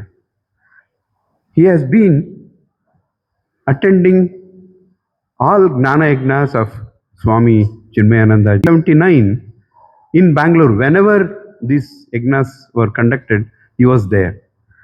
And he is also the study group member since 1985. Almost 41 years he has been in the study group. And he also conducts study group at his home from 1991. And he is an active member of Chandelier group, study group. And post-retirement, he has been advising people on the construction of the houses, repair of the houses, valuing of the houses. He is a authorized government surveyor for the civil works. He is going to talk to us on 4 types of bhaktas in Kannada. Over to Shri GN Narasimhan, Yoga Narasimhan. ಹರಿ ಓಂ. ಗುರು ಬ್ರಹ್ಮ ಗುರು ವಿಷ್ಣು ಗುರುದೇವೋ ಮಹೇಶ್ವರ ಗುರು ಸಾಕ್ಷಾತ್ ಪರಬ್ರಹ್ಮ ತಸ್ಮೈ ಶ್ರೀ ಗುರವೇ ನಮಃ. ನನ್ನ ಸಾಷ್ಟಾಂಗ ಪ್ರಣಾಮಗಳು ಪೂಜ್ಯ ಗುರುದೇವಿ ಸ್ವಾಮಿ ಚಿನ್ಮಯಾನಂದರಿಗೆ, ಸ್ವಾಮಿ ಬ್ರಹ್ಮಾನಂದಜಿಯವರಿಗೆ, ಮಾತಾಜಿ, ಇತರ ಆಚಾರ್ಯರಿಗೆ ಮತ್ತು ಇಲ್ಲಿರುವ ಎಲ್ಲರಿಗೂ. ಭಗವಂತ ಈ ಅದ್ಭುತವಾದ ಬ್ರಹ್ಮಾಂಡವನ್ನು ಸೃಷ್ಟಿಸಿದ್ದಾನೆ. ಸ್ವಲ್ಪ ಹೊರಗಡೆ ರಾತ್ರಿ ಹೊತ್ತು ಹೊರಗಡೆಯಿಂದ ಹೋಗಿ ನೋಡಿದರೆ ನಮಗೆ ಅವನ ಸೃಷ್ಟಿಯ ಒಂದು ಅಂಶ ಕಾಣಿಸ್ತದೆ.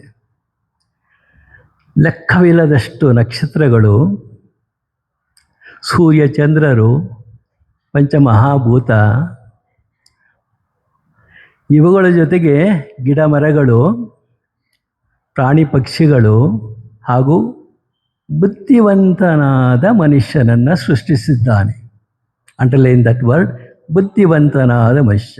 ಅವನಿಗೆ ವಿಶೇಷವಾದ ಒಂದು ಗುಣವನ್ನು ಕೊಟ್ಟಿದ್ದಾನೆ, ಅದು ಬುದ್ಧಿ.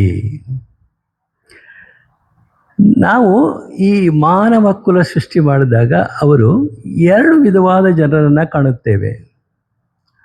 ಒಂದು ಭಗವಂತನಲ್ಲಿ ನಂಬಿಕೆ ಉಳ್ಳವರು, ಆಸ್ತಿಕರು ಅಂತಾರೆ. ಇನ್ನೊಂದು ಭಗವಂತನಲ್ಲಿ ನಂಬಿಕೆ ಇಲ್ಲದವರು, ನಾಸ್ತಿಕರು. ಈ ನಂಬಿಕೆ ಉಳ್ಳವರು ಅಂದರೆ ಅದರಲ್ಲಿ ಎಷ್ಟು ವಿಧ? ಇದನ್ನು ಭಗವದ್ಗೀತೆಯ 7ನೇ ಅಧ್ಯಾಯದ 14ನೇ ಶ್ಲೋಕದಲ್ಲಿ ವಿವರಿಸಿದ್ದಾನೆ. ಅದನ್ನು ಸ್ವಲ್ಪ ನೋಡೋಣ. ಚತುರ್ವಿಧಾ ಭಜಂತೆ ಮಾಂ ಜನಾ ಸುಖಿತಿನೋರ್ಜುನ ಆರ್ತೋ ಜಿಜ್ಞಾಸುರರ್ಥಾರ್ಥಿ ಜ್ಞಾನಿ ಚ ವರದರ್ಶಭಃ. ಇಲ್ಲಿ ಹೇಳ್ತಾನೆ ಸುಕೃತನೋಹ ಅಂದರೆ ಪರಮಾತ್ಮ ಹೇಳ್ತಾನೆ, ಪುಣ್ಯವಂತರು ನನ್ನನ್ನು ಭಜಿಸುತ್ತಾರೆ.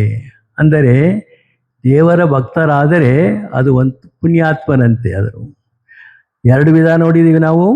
ಭಗವಂತನಲ್ಲಿ ನಂಬಿಕೆ ಇಲ್ಲದವರು ನಾಸ್ತಿಕರು, ಭಗವಂತನ ನಂಬಿಕೆ ಉಳ್ಳವರು ಪುಣ್ಯಾತ್ಮರಂತೆ. ಸೊ ಆದ್ದರಿಂದ ಇಲ್ಲಿ ಗಮನಿಸಬೇಕಾದ ವಿಷಯ ಅಂತಂದರೆ, ದೇವರ ಕಡೆಗೆ ತಿರುಗುವುದೇ ಒಂದು ಪುಣ್ಯವಂತ ಕೆಲಸ ಅಂತೆ. ದೇವರ ಭಕ್ತನಾಗುವುದೇ ಒಂದು ಪುಣ್ಯ ಕೆಲಸ ಅಂತೆ.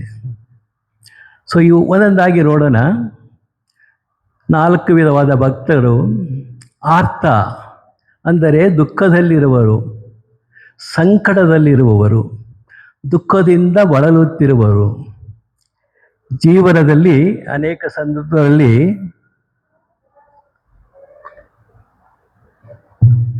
ಮನುಷ್ಯ ಅಸಹಾಯಕ, ಹೆಲ್ಪ್ಲೆಸ್, ಹಿ ಬಿಕಮ್ಸ್ ಹೆಲ್ಪ್ಲೆಸ್ ಆ ಸ್ಥಿತಿಗೆ ಬರುತ್ತಾನೆ. ಅದು ರೋಗ ಇರಬಹುದು, ದಾರಿದ್ರ್ಯ ಇರಬಹುದು, ಅಪಮಾನ ಇರಬಹುದು, ಕುಟುಂಬದ ಕಷ್ಟಗಳಿರಬಹುದು, ಮಾನಸಿಕ ನೋವುಗಳಿರಬಹುದು. ಆದರೆ ಇದು ಈ ಸಂದರ್ಭವನ್ನು, ಸಂಕಷ್ಟವನ್ನು ಯಾರಿಂದಲೂ ಪರಿಹರಿಸಲು ಆಗುವುದಿಲ್ಲ, ತನ್ನಿಂದಲೂ ಆಗುವುದಿಲ್ಲ, ಇನ್ನು ಬೇರೆ ಏನೂ ಗತಿ ಇಲ್ಲ. ಆಗ ಅವನು ಅರ್ಥನಾದ ಅಂದರೆ ಭಗವಂತನಲ್ಲಿ ಪ್ರಾರ್ಥಿಸ್ತಾನೆ. ಹಿಂದೆ ಯಾವತ್ತೂ ಭಗವಂತನಲ್ಲಿ ಬಂದಿರಲಿಕ್ಕೆ ಇರೋದಿಲ್ಲ. ಆ ಸಂದರ್ಭದಲ್ಲಿ ಅವನು ಭಗವಂತನನ್ನು ನೆನೆಸ್ತಾನೆ. ಇದಕ್ಕೆ ಪುರಾಣದಲ್ಲಿ 2-3 ಉದಾಹರಣೆಗಳನ್ನು ನೋಡಬಹುದು. Very short, because time is not more, explain ಮಾಡೋಕ್ಕಾಗೋದಿಲ್ಲ. ಒಂದು ಗಜೇಂದ್ರ ಮೋಕ್ಷ, ಇನ್ನೊಂದು ದ್ರೌಪದಿಯ ಮಾನಹರಣ ಪ್ರಯತ್ನ ಸಮಯದಲ್ಲಿ ಅವನನ್ನು ಆರ್ತನಾದ ಪ್ರಾರ್ಥನೆ ಮಾಡಿದಾಗ ಅವರ ಸಹಾಯಕ್ಕೆ ಮಾರುತ್ತಾನೆ. ಇಲ್ಲಿ ನಮ್ಮ ಮನುಷ್ಯರು ಕೂಡ ಸಂಕಟ ಬಂದಾಗ ಮಾತ್ರ ವೆಂಕಟರಮಣ ಅಂತ ಬರ್ತಾರೆ. ಬೇರೆ ಏನು ವಿಧಿ ಇಲ್ಲ, ಯಾರಿಂದಲೂ ಅದನ್ನು ಸಾಧ್ಯವಾಗುತ್ತಿಲ್ಲ, ತನ್ನಿಂದಲೂ ಸಾಧ್ಯವಾಗುತ್ತಿಲ್ಲ. ಭಗವಂತನನ್ನು ಬಿಟ್ಟರೆ ಬೇರೆ ಯಾರೂ ಅದನ್ನು ಪರಿಹರಿಸಲು ಸಾಧ್ಯವಾಗಿಲ್ಲ. ಆವಾಗ ಬರ್ತಾರೆ, ಸಂಕಟ ಬಂದಾಗ ವೆಂಕಟರಮಣ. ಅದಕ್ಕೆ ದಾಸರು ಹೇಳ್ತಾರೆ, ನಂಬಿ ಕೆಟ್ಟವರಿಲ್ಲವೋ ನಂಬದರೆ ಕೆಟ್ಟರಿರಲಿ ಅಂತ ಬರ್ತಾರೆ. ಇಲ್ಲಿ ನಾವು ಮುಖ್ಯವಾಗಿ ನೋಡಬೇಕು ಏನು ಅಂತಂದರೆ, ಇದು ಸಂಪೂರ್ಣ ಶರಣಾಗತಿ. ಭಗವಂತ ಕಾಯ್ತಾ ಇರ್ತಾನೆ. No half hearted appeal, it should be total surrendering to the god. ಆಗ ದಯವಿಟ್ಟು ಸಂತೋಷವಾಗಿ ಬರ್ತಾನೆ, ಸಹಾಯ ಮಾಡ್ತಾನೆ. ಸೊ ಇನ್ನೂ ಒಂದು ಮುಖ್ಯವಾದ ಅಂಶಗಳು ಏನು ಅಂದರೆ, ಇಲ್ಲಿ ನೋವು ಕಷ್ಟಗಳೇ ಅವನ ಆತ್ಮೀಯ ಪ್ರಯಾಣಕ್ಕೆ ಚಾಲನೆ ಕೊಡ್ತೀವಿ. That means his spiritual path starts from this one. That ಅರ್ಥ ಅಂದರೆ ನಾವು ಏನು ತಿಳ್ಕಬೇಕು, ಇದರಲ್ಲಿ ಕಷ್ಟ ಬಂದಾಗ ನಾವು ಮರಳಬಾರದು. ಬಿಕಾಸ್ ಪರಮಾತ್ಮ ಅದನ್ನು ಯಾವುದೋ ಒಂದು ಉದ್ದೇಶದಿಂದ ಕೊಟ್ಟಿದ್ದಾನೆ. The action itself is neither, Swamiji ಹೇಳ್ತಾ ಇರ್ತಾರೆ Guruji, the action itself is neither good or bad, the intention behind the action is more important. ಯಾವ ಉದ್ದೇಶದಿಂದ ಆ ಕಾರ್ಯವನ್ನು ಮಾಡ್ತಿದ್ಯೋ ಅದು ಒಳ್ಳೆಯದೋ ಕೆಟ್ಟದೋ ಅಂತ ತೀರ್ಮಾನಿಸುತ್ತೆ. ನಾವು ತಿಳ್ಕೋತೀವಿ ಕಷ್ಟ ಬಂದಾಗ, ಓ ಏನಪ್ಪ ಪರಮಾತ್ಮ ಇದು ನನಗೆ ಕಷ್ಟ ಕೊಟ್ಬಿಟ್ಟ ಅಂತ ಅಂದ್ಬಿಟ್ಟು. ಅವನ ಉದ್ದೇಶ ನಮ್ಮ ಉದ್ಧಾರ ಮಾಡುವುದಕ್ಕೋಸ್ಕರ, ಅವನಲ್ಲಿ ಭಕ್ತಿಯನ್ನು ತೋರಿಸುವುದಕ್ಕೋಸ್ಕರ. ಆದ್ದರಿಂದ ಆ ಸಂಕಟ ಬಂದಾಗ, ಇದು ಐ ಆಮ್ ನಾಟ್ ಎಕ್ಸಾಗರೇಟಿಂಗ್, ಪ್ರಸಾದ ಭಾವನೆಯಿಂದ ನಾವು ಅದನ್ನು ತೆಗೆದುಕೊಂಡರೆ ನಾವು ಒಳ್ಳೆಯದಾಗ್ತದೆ ನಮಗೆ. ಇನ್ನು ಇದು ಅರ್ಥ ಫರ್ದರ್ ತುಂಬ ಎಕ್ಸ್ಪ್ಲೇನ್ ಮಾಡೋದಿದೆ, ಬಟ್ ಕಾಲಾವಕಾಶ ಟೈಮೇ ಕೊಟ್ಟಿರೋದು ಕೆಲವ ಟೈಮ್ 20 ನಿಮಿಷ, ಅದರಿಂದ ಬೇರೆ ಮಾಡೋಕ್ಕಾಗೋದಿಲ್ಲ. ಸ್ವಲ್ಪ ಹೆಲ್ತ್ ಪ್ರಾಬ್ಲಮ್, ಕ್ಷಮಿಸಿ. ಸೊ 2ನೇ ವಿಧವಾದ ಭಕ್ತ ಅಂದರೆ ಜಿಜ್ಞಾಸು, ಅಂದರೆ ಇವನು ಜ್ಞಾನವನ್ನು ಹುಡುಕುವವನು. ಜಿಜ್ಞಾಸು ಅಂದರೆ ಆಸೆಯನ್ನು ತಿಳಿಯುವ ಆಸೆ, to know more about the truth. ಅವನಿಗೆ ಯಾವ ವಿಧವಾದ ಬೇರೆ ಆಸೆ ಇಲ್ಲ, ಪ್ರಾಪಂಚಿಕ ಆಸೆಗಳು ಏನು ಇರುವುದಿಲ್ಲ. ಆದರೆ ಅತಿ ಆಸೆ, intense desire to know the knowledge. ದೇವರು ಯಾರು? ಈ ಜೀವನದ ಅರ್ಥ ಏನು? ನಾನು ಯಾರು? ಪರಮಾತ್ಮ ಯಾರು? ಈ ಜನನ ಮರಣದ ರಹಸ್ಯ ಏನು ಎಂಬ ಅನೇಕ ವಿಧವಾದ ಸಮಸ್ಯೆ, ಕ್ವಶನ್ಸ್, ಈ ಗೆಟ್ಸ್ ಕ್ವಶನ್ಸ್. ಅದಕ್ಕೆ ಯಾವ ವಿಧವಾದ ಭೌತಿಕದಲ್ಲಿ ಏನೇನೋ ಎಕ್ಸ್ಪೆರಿಮೆಂಟ್ ಮಾಡ್ಬೋದು. ಮೇಲೆ ಕಲ್ಲನ್ನು ಹಾಕಿದರೆ ಕೆಳಗೆ ಬೀರುತ್ತದೆ, ಅದಕ್ಕೆ ಗುರುತಾಕ್ಷರ ಇದೆ ಅಂತ they can prove it. But ಇದರಲ್ಲಿ ಅಲ್ಲಿಗೆ ಎಲ್ಲೂ ಅವರಿಗೆ ಸಮಾಧಾನವಾಗಿ ಯಾವುದೋ ಒಂದು ಉತ್ತರ ಸಿಗೋದಿಲ್ಲ. ಆದ್ದರಿಂದ ಅವನು ಏನು ಮಾಡ್ತಾನೆ, ಆವಾಗ ಜ್ಞಾನಕ್ಕೋಸ್ಕರವಾಗಿ, ಕೇವಲ ಜ್ಞಾನಕ್ಕೋಸ್ಕರವಾಗಿ ಅವನು ಧರ್ಮಗ್ರಂಥಗಳನ್ನು ಓದಕ್ಕೆ ಶುರು ಮಾಡ್ತಾನೆ. ವೇದ, ಉಪನಿಷತ್ತು, ಗೀತೆ, ಸಂತ ಮಹಾತ್ಮರ ವಚನಗಳನ್ನು ಕೇಳಕ್ಕೆ ಹೋಗ್ತಾರೆ, ಅಧ್ಯಯನ ಮಾಡುತ್ತಾನೆ, ಗುರುವನ್ನು ಹುಡುಕುತ್ತಾನೆ, ಧ್ಯಾನವನ್ನು ಮಾಡುತ್ತಾನೆ. ಆದ್ದರಿಂದ ಅದರಲ್ಲಿ ಆಸಕ್ತಿ ತೋರಿಸ್ತಾನೆ. ಜಿಜ್ಞಾಸು ಭಕ್ತನ ಮನಸ್ಸು ಜ್ಞಾನದ ಕಡೆಗೆ, ಅಲ್ಲಿ ಸಂಕಷ್ಟದಿಂದ ದೇವರ ಕಡೆ ತಿರುಗಿದು. ಇಲ್ಲಿ ಜಿಜ್ಞಾಸು ಅವನಿಗೆ ಜ್ಞಾನವನ್ನು ಹುಡುಕುವುದರಿಂದ ಅದೇ ರೀತಿ ಭಗವಂತನಲ್ಲಿ ಅವನ ತಿರುತ್ತದೆ. ಇದಕ್ಕೆ ಉತ್ತಮ ಉದಾಹರಣೆ ಎಂದರೆ, ಜಾಸ್ತಿ ಎಕ್ಸ್ಪ್ಲೇನ್ ಮಾಡೋಕ್ಕೆ ಟೈಮ್ ಇಲ್ಲ. ಕಥೋಪನಿಷತ್ತಲ್ಲಿ ನಚಿಕೇತನ ಉದಾಹರಣೆಯನ್ನು ನಾವು ತಗೋಬೋದು ಅಷ್ಟೇ, ಅದನ್ನು ಮುಂದೆ ಹೇಳಕ್ಕೆ ಟೈಮ್ ಇಲ್ಲ. ಮೂರನೆಯದು ಅರ್ಥಾರ್ಥಿ, ಅಂದರೆ ಸಂಪತ್ತು, ಇಚ್ಛೆಗಳಿಗಾಗಿ ದೇವರನ್ನು ಹುಡುಕುವವನು. He wants worldly pressure. ಅವನಿಗೆ ಧನ ಬೇಕು, ಸಂಪತ್ತು ಬೇಕು, ಸ್ಥಾನಮಾನ, ಯಶಸ್ಸು, ಯಾವುದಾದರೂ ಲೌಕಿಕ ಲಾಭವನ್ನು ಬಯಸುವವನು. ಅದಕ್ಕೋಸ್ಕರ ಅವನ ಪ್ರಾರ್ಥನೆ ತನ್ನ ಆಸೆಗಳ ನೆರವೇರಿಕೆ. ನನಗೆ ಉದ್ಯೋಗ ಸಿಗೋದಿಲ್ಲ, ಇಲ್ಲ ಇನ್ನು ಒಂದು ಒಳ್ಳೆ ಕೆಲಸ ಆಗಲಿ ಅನ್ನುವ, ಮನೆ ಕಟ್ಟೋಣ, ಮದುವೆ ಆಗೋಣ, ಹಣ ಬರಲಿ, ಇದೆಲ್ಲ ದೇವರನ್ನು. ಹಿಸ್ ಭಕ್ತಿ ಈಸ್ ಎ ಟ್ರಾನ್ಸಾಕ್ಷನ್, ಒಂದು ವ್ಯಾವಹಾರಿಕ ಭಕ್ತಿ. ಅಂದರೆ ಎಕ್ಸಾಂಪಲ್ ಇಫ್ ತಗೊಂಡ್ರೆ, ಒಬ್ಬ ವಿದ್ಯಾರ್ಥಿ ಹೋಗ್ತಾನೆ, ಪರಮಾತ್ಮನಲ್ಲಿ ಬೇಡ್ತಾನೆ, ಅವನಿಗೆ ಅತ್ಯಂತ ಭಕ್ತಿ, ದೇವರಲ್ಲಿ ಅತ್ಯಂತ ಭಕ್ತಿ ಇದೆ, ಅವನಲ್ಲಿ ನಂಬಿಕೆ ಇದೆ, ಅವನೇ ಕೊಡುವರು, ಬೇರೆ ಯಾರು ಕೊಡುವುದಿಲ್ಲ ಅಂತ ಹೋಗ್ತಾನೆ. ಪರಮಾತ್ಮ ನನಗೆ ಪಾಸ್ ಮಾಡಿಸಪ್ಪ, ನಿನಗೆ 108 ತೆಂಗಿನಕಾಯಿಯನ್ನು ಹೊಡಿತೀನಿ ಅಂತ ಹೇಳ್ತಾನೆ. ವ್ಯವಹಾರ ಇದು, ಅವನ ಭಕ್ತಿ ವ್ಯಾವಹಾರಿಕ. ಆಯಿತು, ಪಾಸ್ ಆಯಿತು, ಅಲ್ಲಿಗೆ ಆಸೆ ಮುಗೀತಾ? ಇಲ್ಲ, ಆಸೆಗಳ ಸರಮಾಲೆ ಶುರು ಆಗುತ್ತೆ. ಅದು ಒಂದರಿಂದ ಒಂದು ಬರ್ತಾನೇ ಇರುತ್ತೆ. ಅಪ್ಪ ನನಗೆ ಕೆಲಸವನ್ನು ಕೊಡಿಸು, ಪಾಸಂತೂ ಮಾಡಿಸ್ಬಿಟ್ಟೆ, ಕೆಲಸ ಕೊಡಿಸು, ನಿನಗೆ ನನ್ನ ಮೊದಲನೇ ಸಂಬಳನ ನಿನ್ನ ಬಂದು ದೇವಸ್ಥಾನಕ್ಕೆ ಬಂದು ಹುಂಡಿಯಲ್ಲಿ ಹಾಕ್ತೀನಿ ಅಂತ ಹೇಳ್ತಾನೆ. ಅಗೈನ್ ಇಟ್ ಇಸ್ ಎ ವ್ಯವಹಾರ. ಇದೇ ರೀತಿ ಅವನ ಆಸೆಗಳ ಸರಮಾಲೆ ನಡೆಯುತ್ತಾನೇ ಇರುತ್ತದೆ. ಇದು ಎಲ್ಲರಲ್ಲೂ ನಡೆಯುತ್ತಾನೇ ಇದೆ. ಯಾತಕ್ಕೆಂದರೆ ಇದು ಅರ್ಥಾರ್ಥಿ. ಬರೀ ದೇವರನ್ನು ಬೇಡುವುದು, ಅವನಿಗೆ ಅದು ಕೊಡ್ತೀನಿ, ಇದು ಕೊಡ್ತೀನಿ, ನಿನಗೆ ಸೀರೆ ಹಾಕ್ತೀನಿ, ಚಿನ್ನದ ಕಿರೀಟ ಹಾಕ್ತೀನಿ, ಸರ ಹಾಕ್ತೀನಿ ಆಗುವಂತು. ಇದು ವ್ಯಾವಹಾರಿಕ ಭಕ್ತಿ ಅಂತ ಹೇಳ್ತಾರೆ. ಆದರೆ ಇಂತಹ ಭಕ್ತಿ ಸ್ವಾರ್ಥವಾಗಿರಬಹುದು, ಆದರೆ ಅವನು ಕೃಷ್ಣ ಪರಮಾತ್ಮ ಅದನ್ನು ಒಪ್ಕೋತಾನೆ. ಹೇಗಾದರೂ ಪರ ಇಲ್ಲ, ನನ್ನ ಹತ್ರ ಬಂದಿರಲ್ಲ, ನನ್ನ ಭಕ್ತ ಆದರಲ್ಲ ಅಂತ ಇಟ್ಟಿರ್ತಾನೆ. ಸೊ ಇದಕ್ಕೆ ಒಂದು ಉತ್ತಮವಾದ ಉದಾಹರಣೆ ಅಂದರೆ ಧ್ರುವ. ಧ್ರುವ ಅವನಪ್ಪ ರಾಜ್ಯಭಾರ ಅವನಲ್ಲಿ, ಅವನ ತೊಡೆ ಮೇಲೆ ಕೂತ್ಕೋಬೇಕು ಅಂತ ಹೋಗ್ತಾನೆ, ಹೋಗಕ್ಕಾಗಲ್ಲ, ಬಿಡೋದಿಲ್ಲ.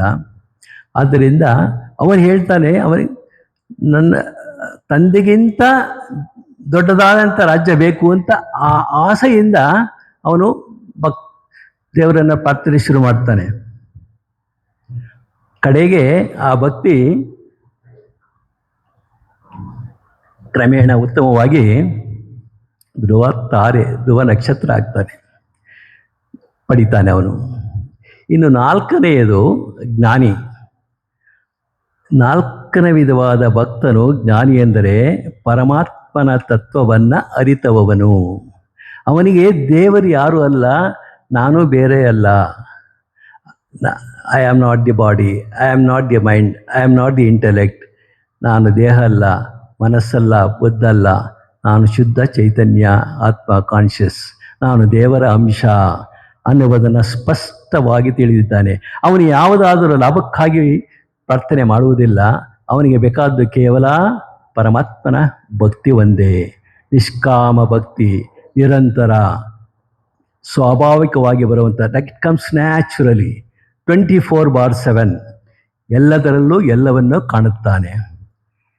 ನೋಡಿ, ಇವನದು ವ್ಯಾವಹಾರಿಕ ಭಕ್ತಿ ಅಲ್ಲ, ಇದು it is not A transactional ಭಕ್ತಿ, ನಿಸ್ವಾರ್ಥ ಭಕ್ತಿ, ದೇವರಲ್ಲಿ ಏನನ್ನೂ ಕೇಳ್ಕೊಳ್ಳುವುದಿಲ್ಲ. ಇದಕ್ಕೆ ಉತ್ತಮ ಉದಾಹರಣೆ ಎಂದರೆ ರಾಜ ಕುಲಶೇಖರ. ಅತ್ಯಂತ ಪ್ರಭಾವಿತ ರಾಜ, ಇಡೀ ರಾಜ್ಯಭಾರ ಅವನದ್ದು. ಆದರೆ ಅವನಿಗಾಗಿ ಏನನ್ನೂ ಬೇಡ್ಕೊಳ್ಳಿಲ್ಲ, ಅವನಿಗಾಗಿ ಏನನ್ನೂ ಮಾಡಲಿಲ್ಲ. ಪ್ರಜೆಗಳ ಸುಖವೇ ನನ್ನ ಸುಖ ಅಂತ ತಿಳ್ಕೊಂಡಿದ್ದ. ಅವನು ಪ್ರತಿನಿತ್ಯ ದೇವಸ್ಥಾನಕ್ಕೆ ಹೋಗಿ ದೇವರ ಪೂಜೆಯನ್ನು ಮಾಡಿ ನಂತರ ತನ್ನ ಕಾರ್ಯಕ್ರಮವನ್ನು ಶುರು ಮಾಡ್ತಿದ್ದ. ಇದನ್ನು ಮುಕುಂದಮಾಲ ಅಂತ ಒಂದು ಗ್ರಂಥ ಇದೆ, ಅದರಲ್ಲಿ ತುಂಬ ಚರಣವಾಗಿ ವಿವರಿಸಿದೆ. ಅದರ ಒಂದೇ ಒಂದು ಶ್ಲೋಕನ ನಾನು ಹೇಳ್ತೀನಿ. ನಾಸ್ತಾ ಧರ್ಮೇಣ ವಸುನಿಚಯೇ ನೈವ ಕಾಮೋಪಭೋಗೇ ಯದ್ಯಾದ್ಭವ್ಯಂ ಭವತು ಭಗವನ್ ಪೂರ್ವಕರ್ಮಾನುರೂಪಂ ಏತತ್ಪಾರ್ಥ್ಯಂ ಮಮ ಭೂತಂ ಜನ್ಮ ಜನ್ಮಾಂತರೇಪಿ ತತ್ಪಾರಾಂಬಯುಗಗತ ನಿಶ್ಚಲ ಭಕ್ತಿರಸ್ತು. ಅಂದರೆ ಪರಮಾತ್ಮ ಧರ್ಮ ಅರ್ಥ ಕಾಮ ಇತ್ಯಾದಿ ಲೋಕದ ಸುಖಗಳು ನನಗೆ ಏನೂ ಆಸಕ್ತಿ ಇಲ್ಲ. ನನ್ನ ಹಿಂದಿನ ಜನ್ಮದ ಕರ್ಮಕ್ಕೆ ತಕ್ಕಂತೆ ಏನು ಬೇಕೋ ಅದು ನಡೆಯಲಿ. ಆದರೆ ಯಾವ ಜನ್ಮ ಬಂದರೂ ನನ್ನ ಭಗವಂತನ ಮೇಲಿನ ಭಕ್ತಿ ಕಡಿಮೆ ಆಗದೇ ಇರಲಿ. ಇನ್ನು ಮುಂದೆ ಹೇಳ್ತಾನೆ, ದಿವಿವಾ ಬುರಿವಾ ನರಕೇವಾ ಮುಂದೆ ಹೋಗ್ತಾ ಇರುತ್ತೆ ಶ್ಲೋಕ. ಅಂದರೆ ಭಗವಂತ ನನ್ನ ಕರ್ಮದ ಪ್ರಕಾರ ನನಗೆ ನರಕ ಸಿಗಲಿ, ಸ್ವರ್ಗ ಸಿಗಲಿ, ಅಥವಾ ಮತ್ತೆ ಭೂಮಿಯಲ್ಲಿ ಜನ್ಮ ಸಿಗಲಿ, ಏನೇನೂ ಆಗಲಿ, ಸಾಯುವ ಕ್ಷಣದಲ್ಲೂ ಕೂಡ ನಿನ್ನ ಪಾದಗಳಲ್ಲಿ ನನ್ನ ಪ್ರಾರ್ಥನೆ ಮುಂದುವರಿಯುತ್ತಿರಿ ಅಂತಾನೆ. ಇದು ಜ್ಞಾನಿಯ ಪ್ರಾರ್ಥನೆ. ಮುಂದೆ ರಾಜ ಕುಲಶೇಖರ ಆಳ್ವಾರಾಗಿ ಪರಮಪದಿಯನ್ನು ಪಡೆಯುತ್ತಾರೆ. ಇನ್ನು ಈ ಜ್ಞಾನಿಗಳಲ್ಲಿ ಇನ್ನೂ ಒಂದೆರಡು ಉದಾಹರಣೆ ನಾನು ತಗೋಬೇಕಾಗಿ ಬರುತ್ತೆ. ಆಂಡಾಳ್ ಗೋದಾದೇವಿ ಅಂತ 12 ಆಳ್ವಾರುಗಳು, ಅದರಲ್ಲಿ ಏಕೈಕ ಮಹಿಳಾ, ಅವರನ್ನು ಆಂಡಾಳ್ ಅಂತಾರೆ. ಗೋದಾದೇವಿ ತಮಿಳುನಾಡಲ್ಲಿ ಅವರಿಗೆ ಶುದ್ಧವಾದ ದೇವಾಲಯ ಇದೆ. ಅವರು ತಿರುಪ್ಪಾವೆ ಅನ್ನುವ ಒಂದು ಗ್ರಂಥವನ್ನು ರಚಿಸಿದ್ರು. ಅದರಲ್ಲಿ 30 ಶ್ಲೋಕಗಳಿವೆ. ಆ 30 ಶ್ಲೋಕವನ್ನು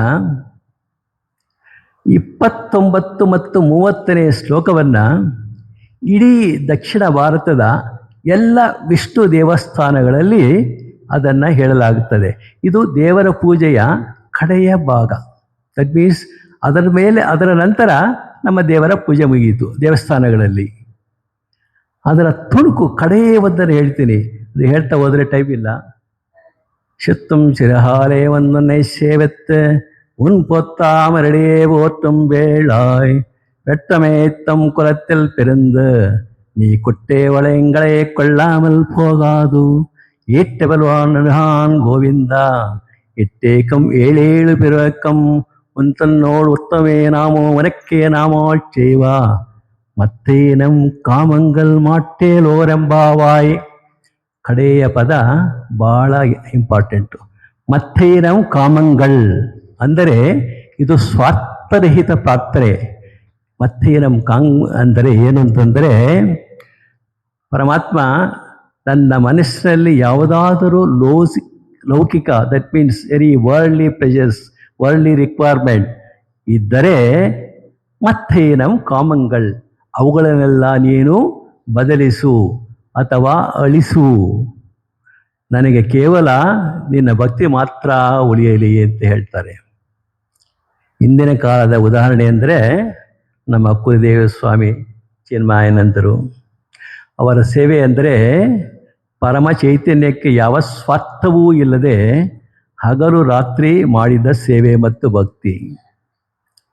ಇಡೀ ನಮ್ಮ ರವಿಯವರು ಹೇಳಿದರು, ಅವರ ಏಕೈಕ ಹಿಮಾಲಯದಿಂದ ಬಂದರು. ಏನದು? ಎದಕ್ಕೋಸ್ಕರ ಬಂದರು? ಮಾನವ ಕುಲಕ್ಕೆ ಉದ್ಧಾರವನ್ನು ಮಾಡಲು, ಎಲ್ಲರಿಗೂ, ಪ್ರಪಂಚದ ಎಲ್ಲರಿಗೂ ಜ್ಞಾನವನ್ನು ಹಂಚಿಸಬೇಕು ಅನ್ನುವ ತೀವ್ರ ಆಸೆ. ಇದು ಸ್ವಾರ್ಥರಹಿತ ಸೇವೆ. ಅದಕ್ಕೋಸ್ಕರ ಚಿನ್ಮಯ ಮಿಷನ್ ಸ್ಥಾಪನೆ ಮಾಡಿದರು. ಹಲವಾರು ಆಚಾರ್ಯಗಳನ್ನು ಮಾಡಿದರು. ಅದರಲ್ಲಿ ನಮ್ಮ ಸ್ವಾಮಿ ಬ್ರಹ್ಮಾನಂದ ಕೂಡ, ತೇಜೋಮಯಾನಂದಜಿ, ಸ್ವರೂಪಾನಂದಜಿ, ಇತರ ಆಚಾರ್ಯಗಳು ಮಾಡಿದರು. ಅವರು ಮಾಡಿದಂತಹ ಇದು ಅಷ್ಟೇ, ಈವನ್ ಸ್ಟಡಿ ಗ್ರೂಪ್ ಅದರಲ್ಲಿ ನಾವು ಭಾಗಿಯಾಗಿದ್ದಾವೆಗೆ ನಾವು ಎಲ್ಲ ಸೇರಿದ್ದೇವೆ. ಇದು ಅವರ ಒಂದು ಯಾಕೆಂದರೆ through the study group also he was telling puja is not a part time job, it is 24/7 ನಿರಂತರ 365 days. ಅವರ ಜ್ಞಾನ ಯಜ್ಞ ಮೊದಲು ನಡೀತಾ ಇತ್ತು. 365 ದಿವಸ ಜ್ಞಾನವನ್ನು ಇವತ್ತು ಬೆಂಗಳೂರಲ್ಲಿ ಮುಗಿದರೆ ನೆಕ್ಸ್ಟ್ ಡೇ ಅನದರ್ ಯಜ್ಞ ಕಂಟಿನ್ಯೂಯಸ್. 365 ದಿವಸ ಯಜ್ಞವನ್ನು ಮಾಡ್ತಾ ಇದ್ದರು. ಆದ್ದರಿಂದ ನಾವು ನಮ್ಮ ಸೇವೆ ಎಂದರೆ ಅವರ ಈ ಜ್ಞಾನ ಪ್ರಸಾರವನ್ನು ನಾವು ಮುಂದುವರಿಸ್ಕೊಂಡು ಹೋಗಬೇಕು ಅಂತಂದ್ಬಿಟ್ಟು. ಸೊ ಕೊನೆಯದಾಗಿ ಹೇಳಬೇಕು ಅಂತಂದರೆ, ಶ್ರೀಕೃಷ್ಣ ಈ 4 ವಿಧ ನಾವು ಓದಿವಿ: ಆರ್ತ, ಜಿಜ್ಞಾಸು, ಅರ್ಥಾರ್ಥಿ, ಜ್ಞಾನಿ. ಈ 4 ವಿಧವಾದ ಭಕ್ತರನ್ನು ಯಾತಕ್ಕೆ ಮಾಡಿದ್ದಾನೆ, ವಿಂಗಡಿಸ್ತಾನೆ. ಮೇಲ್ನೋಟಕ್ಕೆ ಅದು ಏನಪ್ಪ, ಅದು ಮೇಲೆ ಕೆಳಗೆ ಅಂತ ಇದೆ. ಆದರೆ ಯಾರು ಉತ್ತಮ ಯಾರು ಕಡಿಮೆ ಅಂತ ತೀರ್ಮಾನಿಸಲು ಕೂಡ ಅಲ್ಲ. ಅದು ಒಬ್ಬ ಆತ್ಮೀಯ ಭಕ್ತನ ಪ್ರಯಾಣ ಹೇಗೆ ಸಾಗುತ್ತದೆ ಅನ್ನೋದನ್ನು ತೋರಿಸಲು. From here the ultimate goal is this one: from ಅರ್ಥ, ಅರ್ಥಾರ್ಥಿ, ಜಿಜ್ಞಾಸು, ಜ್ಞಾನಿ. ದಿಸ್ ಜ್ಞಾನಿ, it is what we can say, it is the helipad ಅಂತಾರಲ್ಲ, that becomes the helipad to reach our ultimate goal. What is our ultimate goal? ಹೇಗೆ ನದಿ ಸಮುದ್ರದಲ್ಲಿ ತೇಲಿ ಸಮುದ್ರವೇ ಆಗುತ್ತದೋ ಅದೇ ರೀತಿ ನಾವು ಕೂಡ ಅವನಲ್ಲಿ ಐಕ್ಯವಾಗಿ, ಅವನಲ್ಲಿ ಒಂದಾಗಿ ನಾವು ಆ ಅಹಂ ಬ್ರಹ್ಮಾಸ್ಮಿ ಅಂತಾರಲ್ಲ, ಆ ಪರಿಸ್ಥಿತಿಗೆ ಬರಬೇಕು. ಇದು ನಾನಿಗೆ ಇಟ್ ಈಸ್ ದಿ ಕ್ವಾಲಿಫಿಕೇಶನ್. ಆ ಲೆವೆಲ್ಗೆ ಬರಬೇಕು. ಅದಕ್ಕೋಸ್ಕರ ಅರ್ಥಾರ್ಥಿ, ಜಿಜ್ಞಾಸು, ಆಮೇಲೆ ಜ್ಞಾನಿ ಬರುತ್ತೇವೆ. ಸೊ ಏನೆಂದರೆ ನಾವು ನಂಬಿಕೆ ಇಟ್ಕೋಬೇಕು ಪರಮಾತ್ಮನಲ್ಲಿ. ಏನೋ ಒಂದು ಆಸೆ, ಏನಾದರೂ ಪಡಿಬೇಕು ಅಂತ ಇದ್ದರೂ ಪರವಾಗಿಲ್ಲ. ಪರಮಾತ್ಮ ನಾವೆಲ್ಲ ಅವನ ಪರಮಾತ್ಮನ ಮಕ್ಕಳು. ಆದ್ದರಿಂದ ಇವಾಗ ನಾವು ನೋಡ್ತಾ ಇದ್ದೀವಿ, ಒಂದು ಮಕ್ಕಳಿಗೋಸ್ಕರ ಏನೋ ಒಂದು ಕೆಲಸ ಆಗಬೇಕಾದ್ರೆ ಸ್ವಲ್ಪ ಆಸೆ ತೋರಿಸ್ತೀವಿ, ಒಂದು ಚಾಕ್ಲೇಟ್ ಏನೋ ತೋರಿಸ್ತೀವಿ. ಅದೇ ರೀತಿ ಪರಮಾತ್ಮ ನಮಗೆ ಒಂದಷ್ಟು ಅವಕಾಶಗಳನ್ನು ಕೊಡ್ತಾನೆ. ಯಾತಕ್ಕೋಸ್ಕರ ಅಂದರೆ ನಮ್ಮ ಉದ್ಧಾರಕ್ಕಾಗಿ, ನಮ್ಮನ್ನು ಉದ್ಧಾರವನ್ನು ಮಾಡೋಕ್ಕೋಸ್ಕರ. ಆದ್ದರಿಂದ ನಾವು ಯಾವುದೇ ಬಂದರೂ ಪರಮಾತ್ಮ ಸ್ವಾಮಿ ಚಿನ್ಮಯಂದರು ಹೇಳ್ತಾ ಇದ್ದರು, don't beg god, don't beg god. ಇದೇ ಟೌನಲ್ಲಿ ಹೇಳ್ತಾ ಇದ್ದರು. ಏನು ಅಂದರೆ, you don't know how to ask, what to ask. ನಿನಗೆ ಏನನ್ನು ಕೇಳಬೇಕು ಏನೂ ಗೊತ್ತಿಲ್ಲ, ಯಾವಾಗ ಕೇಳಬೇಕು ಅಂತಿಲ್ಲ. But he knows what to give, when to give, how much to give. ಅವನಿಗೆ ಬಿಟ್ಬಿಡು, ಅವನು ನೋಡ್ಕೋತಾನೆ ನಿನಗೆ ಅಂತ ಹೇಳ್ತಾ ಇದ್ರು. ಇನ್ನೊಂದು ಅವರದ ಮುಖ್ಯವಾದ ಅಂಶ ಹೇಳ್ತಿದ್ರು ಅಂದರೆ, always your intention should be good, the action in itself is neither good or bad. ಅಂದರೆ ಯಾವ ಕಾರ್ಯ ಮಾಡಿದರೂ ಅದರ ಒಳ್ಳೆಯದ ಕೆಟ್ಟದ ಎನ್ನುವುದನ್ನು ನಿರ್ಧರಿಸುವುದು ಅದರ ಹಿಂದಿರುವ ಉದ್ದೇಶ. So let all your action, the intention should be good towards the ultimate god. ಆ ದೇವರ ಕಡೆಗೆ ನಮ್ಮ ರವಿಯರು ಹೇಳಿದರು ಅಗೈನ್, ಹಿಂದೆ ಅದು ನಡೀತಾನೆ ಇರಬೇಕು, ಮುಂದೆ ಕೆಲಸ ಮಾಡ್ತಿದ್ರು, ಒಳಗಡೆ ಅದು ಆ ಭಗವಂತನ ಪ್ರಾರ್ಥನೆ ಸದಾ ನೈಕೆ ಇರಬೇಕು ಅಂತ ಹೇಳ್ತಾರೆ. ಸೊ ಇನ್ನು ಮುಂದೆ ಹೇಳಬೇಕು ಅಂತಂದರೆ ಇನ್ನೂ ಹೇಳ್ತಾ ಇದ್ರು ಭಗವಂತ. ನಾನು 3 ತುಂಬ ಇಂಪಾರ್ಟೆಂಟ್ ಮುಖ್ಯವಾದ ಇದು ಬಂದಿತ್ತು. ಒಂದು, ಡೋಂಟ್ ಬೆಗ್ ಗಾಡ್. ಎರಡನೆಯದು, always the intention should be this thing. Our puja is not a 24/7. ನಿರಂತರವಾಗಿ ಒಳಗಡೆ ಯಾವಾಗಲೂ ಯಾವ ಕೆಲಸ ಹೊರಗೆ ಮಾಡಿದ್ರೂ ಒಳಗೆ ನಿನ್ನ ಆ ಪರಮಾತ್ಮನ ಭಕ್ತಿ ಇರಬೇಕು ಅಂತ ಹೇಳ್ತಿರ್ತಾರೆ.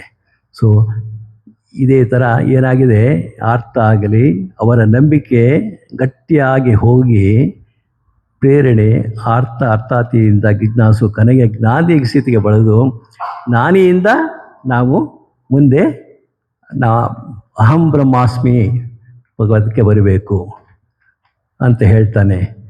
ಭಗವಂತನಿಗೆ ಏನು ಇದ್ದರೆ ಕಾಯ್ತಾ ಇರ್ತಾನೆ. ಹಬ್ಬ ಪ್ರಾರ್ಥನೆ ಶುರು ಮಾಡಿದ್ರಲ್ಲ, ನೀವು ಭಕ್ತರಾದ್ರಲ್ಲ, ಅದೇ ಅವನಿಗೆ ಸಂತೋಷ. ಅವನು ಯಾವಾಗಲೂ is always there with us. ಅನನ್ಯಾಶ್ಚಿಂತೆ ಎಂತೋ ಮಾಂ ಯೇ ಜನ ಪರ್ಯುಪಾಸದೆ ತೇಷಾಂ ನಿತ್ಯಾಭಿಯುಕ್ತಾನಂ ಯೋಗಕ್ಷೇಮಮಾಮ್ಯಹಂ. ನನ್ನನ್ನು ನಂಬು, ನನ್ನಲ್ಲಿ ಬನ್ನು, ನನ್ನಲ್ಲಿ ಶರಣಾಗು, ನಾನು ನಿನ್ನ ಯೋಗ ಕ್ಷೇಮವನ್ನು ನಾನು ನೋಡ್ಕೊಳ್ತೇನೆ ಅಂತ ಆಶ್ವಾಸನೆಯನ್ನು ಕೊಡ್ತಾನೆ. ಸೊ ಇದು ನಮಗೆ ಪೂಜ್ಯ ಸ್ವಾಮಿಯಂದರು ನಮಗೆ ಕಲಿಸ್ಕೊಟ್ಟವ ಈ ಜ್ಞಾನ. ದಿಶಿಸಿ ನಿಜವಾದ ದಾರಿದೀಪ. ಈ ಜ್ಞಾನವನ್ನು ಹಂಚುವುದೇ ನನ್ನ ಕಡೆಯಿಂದ ಅವರಿಗೆ ಅರ್ಪಿಸುವ ಒಂದು ಪುಟ್ಟ ಗುರುದಕ್ಷಿಣೆ. ನಿಮ್ಮೆಲ್ಲರಿಗೂ ಧನ್ಯವಾದಗಳು. ಸರ್ವೇ ಭವಂತು ಸುಖಿನಃ, ಸರ್ವೇ ಸಂತು ನಿರಾಮಯಾಃ, ಸರ್ವೇ ಭದ್ರಾಣಿ ಪಶ್ಯಂತು ಮಾ ಕಶ್ಚಿತ್ ದುಃಖಭಾಗ್ ಭವೇತ್. ಕಾಯೇನ ವಾಚಾ ಮನಸೇಂದ್ರಿಯರ್ವಾ ಬುದ್ಧ್ಯಾತ್ಮನಾಭಾತ್ ಪ್ರಕೃತಿ ಸ್ವಭಾವಾತ್ ಕರೋಮಿ ಯದ್ಯತ್ ಸಕಲಂ ಪರಸ್ಮೈ ನಾರಾಯಣಾಯೇತಿ ಸಮರ್ಪಯಾಮಿ. 3-4 ಎಕ್ಸ್ಟ್ರಾ ತಗೊಂಡೆ ಅಂತ ಕಾಣಿಸುತ್ತೆ, ಕ್ಷಮಿಸಿ. ಹರಿ ಓಂ. ಹರಿ ಓಂ. ಯೋಗ ನರಸಿಂಹನ್ ಸರ್ ಭಕ್ತರ ಯಾವ ವಿಧದಲ್ಲಿ ಇರ್ತಾರೆ ಅನ್ನೋದನ್ನು ಚಂದದಲ್ಲಿ ವಿವರಿಸಿದ್ದಾರೆ. ಅದರಲ್ಲಿ ನಾವು ನಮ್ಮನ್ನು ಕಂಡುಕೊಂಡ್ರೆ ಜನರಲ್ಲಾಗಿ ನಾವೆಲ್ಲ ಆರ್ತಾರೆ. ಸಂಕಟ ಬಂದಾಗ ವೆಂಕಟರಮಣ, ನೆಕ್ಸ್ಟು ಅರ್ಥಾರ್ಥಿಗಳು. ಜನರಲ್ ಆಗಿ ನಾವು ಜಿಜ್ಞಾಸುವಾಗಿ ಹಾಗೂ ಜ್ಞಾನಿಗಳಾಗಿ ಪರಿವರ್ತನೆಗೊಳ್ಳಲಿಕ್ಕೆ ಪ್ರಯತ್ನ ಪಡೋಣ ಅಂತ ಹೇಳಿ ಅವ್ರಿಗೆ ನಮ್ಮ ಧನ್ಯವಾದಗಳನ್ನ ಅರ್ಪಿಸ್ತೀನಿ. Next speaker Shalini Prasad, Shrimati Shalini Prasad. She is a masters in biochemistry. Biochemistry ಅಂದ ತಕ್ಷಣ ನನಗೆ ನಾನು ಡಾಕ್ಟರ್, ಅದಕ್ಕೆ ಹೇಳ್ತಾ ಇದ್ದೀನಿ. ರಾಸಾಯನಿಕ ಕ್ರಿಯೆಗಳು ಶರೀರದಲ್ಲಿ ಏನೇನೆಲ್ಲ ಈಗ ನಾನು ಮಾತಾಡ್ತಾ ಇದ್ದೀನಿ, ಥಾಟ್ ಬರ್ತಾ ಇದೆ, ಇದಕ್ಕೆ ಸ್ಪಿರಿಚುವಲ್ ಆಧ್ಯಾತ್ಮಿಕದ ಕಡೆ ಬರಲಿಕ್ಕೆ ಅದು ಒಂದು ಪ್ರಭಾವ ಬೇಕು ಅಂತ ಕಾಣುತ್ತೆ. She is A strong and very old member of Chinmaya Mission for the last 23 years. She is a study group Sevika for 17 years, conducts one online class and one hybrid class for Swadhyaya. She is a Balavihar Sevika for last 19 years. She is the secretary of the Chinmaya Mission. Here we can understand her role. As a secretary, she is totally committed to the mission. And she is also the member of the Balavihar core team. Today, she is going to speak to us on Arjuna, the current location. ಅಂದರೆ ಅರ್ಜುನ ಈಗ ಎಲ್ಲಿದ್ದಾನೆ, ಅರ್ಜುನ ನಮ್ಮಲ್ಲೇ ಇದ್ದಾನೆ ಅಂತ ನಾವೇ ಅರ್ಜುನ ಅಂತ ತಿಳ್ಕೊಂಡು ನಾವು ಶಾಯದ್ ಅವರ ಲೆಕ್ಚರನ್ನು ಕೇಳೋಣ. Over to Shrimati Shalini Prasad. Thank you sir. Om Shri ಗುರುಭ್ಯೋ ನಮಃ. ಓಂ ಸಮಸ್ತ ಜನ ಕಲ್ಯಾಣೇ ನಿರತಂ ಕರುಣಾಮಯಂ ನಮಾಮಿ ಚಿನ್ಮಯಂ ದೇವಂ ಸದ್ಗುರುಂ ಬ್ರಹ್ಮವಿದ್ವರಂ. ಓಂ ಕೃಷ್ಣಾಯ ವಾಸುದೇವಾಯ ಹರಯೇ ಪರಮಾತ್ಮನೆ ಪ್ರಣತ ಕ್ಲೇಶನಾಶಾಯ ಗೋವಿಂದಾಯ ನಮೋ ನಮಃ. My humble and grateful pranams at the holy feet of Pujya Gurudev and various Mahatmas actually who have lovingly guided me through their words and grace. My immense gratitude to Chinmaya Mission and all the Acharyas. This is where I found a platform for a lot of learning and seva. My heartfelt gratitude for the inspiration, opportunity, guidance and encouragement of Pujya Swami Brahmanand ji. My pranams to Pujya Mataji Samatama. My deep gratitude to Jai Shri Kiriti, in whose class my study class journey began. I'm also very thankful to Sri Seshadri ji, who's always encouraged me to write, speak and share my thoughts, share my learnings. And my lot of gratitude to my study class family, my study class members, my own family and all the fellow satsangis who have gathered here to listen to us talk. So, it was about 2 weeks ago, I booked a cab from Banshankari. I had to come back home to RR Nagar. And then the Ola app, I got a message saying that my ride had arrived. I went out and saw, but there was no cab, there was no driver. So then immediately my phone rang and it was the driver. I told him I'm waiting on the road, but I don't see him. So he said, "Ma'am, please send me your current location." And then I did. And still he didn't come. I waited for some time. Then I called him up. He said, "Ma'am, you are standing in Banshankari, but you put your current location as RR Nagar." So that was an embarrassing moment. I put down the phone and said, "Oh my God, how did this happen?" Now, what has this to do with my topic? So, someone else made the same mistake, and that was Arjuna. So he stood not just between two armies, but he stood looking at something that struck him deeply within. And that led him to a state of confusion. And in that confusion, he thought, first of all, that the destination was almost where he was standing. He said, "It's time for me to go take up sannyasa." But there was a lot of difference between his current location and his destination, but it was a complete misunderstanding that I'm already at my destination. So, but that was not all. He also, had a feeling that something is wrong, something fundamentally is wrong here. So, in that state of confusion, he became the right disciple for the guidance given in the Bhagavad Gita. Coming to us, we are walking the spiritual path, right? Now, the path is such that my current location and my destination seems to be me, myself. This clearly indicates that it's not some journey we take outwards, but it's very much an inward journey. It's a U-turn, like Gurudev would say. It's a journey from self-ignorance to self-knowledge, from who I think I am to who I truly am, from aham jivaha asmi to aham brahmasmi. So, and Gurudev would also say this is a one-way street. Now that we've all entered, there's no turning back. So this type of destination, this kind of a U-turn, these are not something we are familiar with. And when we try to embark on such a journey, there seems to be so many paths. So many people are telling us so many things that we can do, so many advices coming. And a road map would make sense, only when I know where I stand now. If I know where I stand now, I can choose my path correctly. I can make my preparations correctly. So for this, I need to know my current location. So what is this current location? So current location is not where I am, but what I am. So it's a self-assessment. What is the quality of my mind? How easily do I get disturbed? How much am I attached to the world outside, which includes people, situations, objects?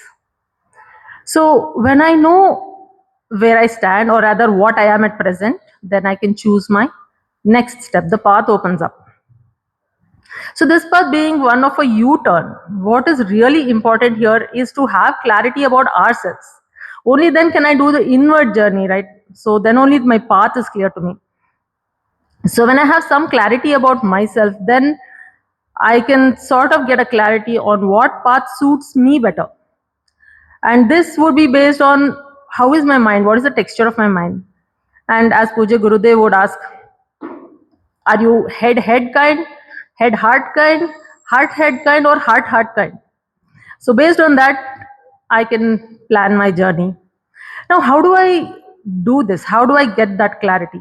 So for this, regular introspection is the only way out.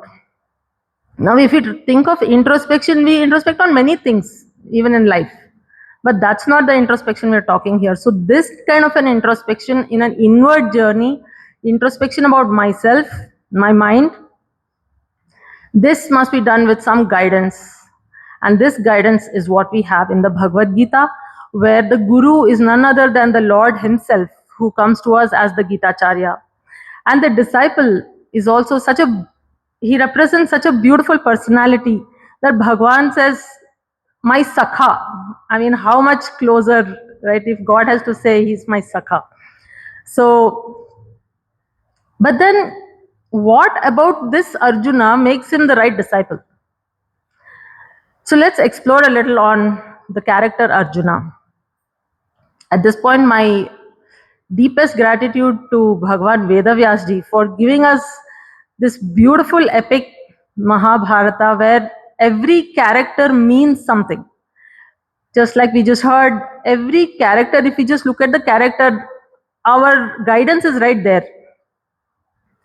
So now we are seeing Arjuna. So if you see, Arjuna was the one who chose Bhagwan. It's not so much that Bhagwan chose him to give this guidance, but first Arjuna chose Bhagwan.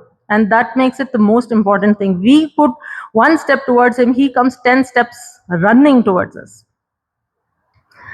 So the very fact that he chose Bhagwan over the world makes him the right disciple, qualified disciple. Also, he was the one Pandava who went twice on exile. And both the times, he didn't come back after a jolly trip, but he came back with so much preparation. His mind was prepared in different ways. He picked up various knowledge systems, he picked up astras, he made the right alliances, satsanga if you want to call it. So he made all that and he ensured he came back prepared for himself and for his side, the Pandava side. And the icing on the cake was when he and Duryodhana went to meet Bhagwan, and two things were offered. One was Bhagwan himself and the other was the Narayani Sena. We all know the story. So Arjuna made the right choice there, which becomes such an important factor for him to be the right disciple. But nobody is perfect. Neither was Arjuna nor are we. So it is for the imperfect ones, it is for the ones who are confused that guidance is required, right? So that's how we can become the right disciples to receive. If we don't even need it, why will we become disciples? Or if we can't take in what is given, then also we are not the right disciples. Another point to see here is the symbolism of the Pandavas.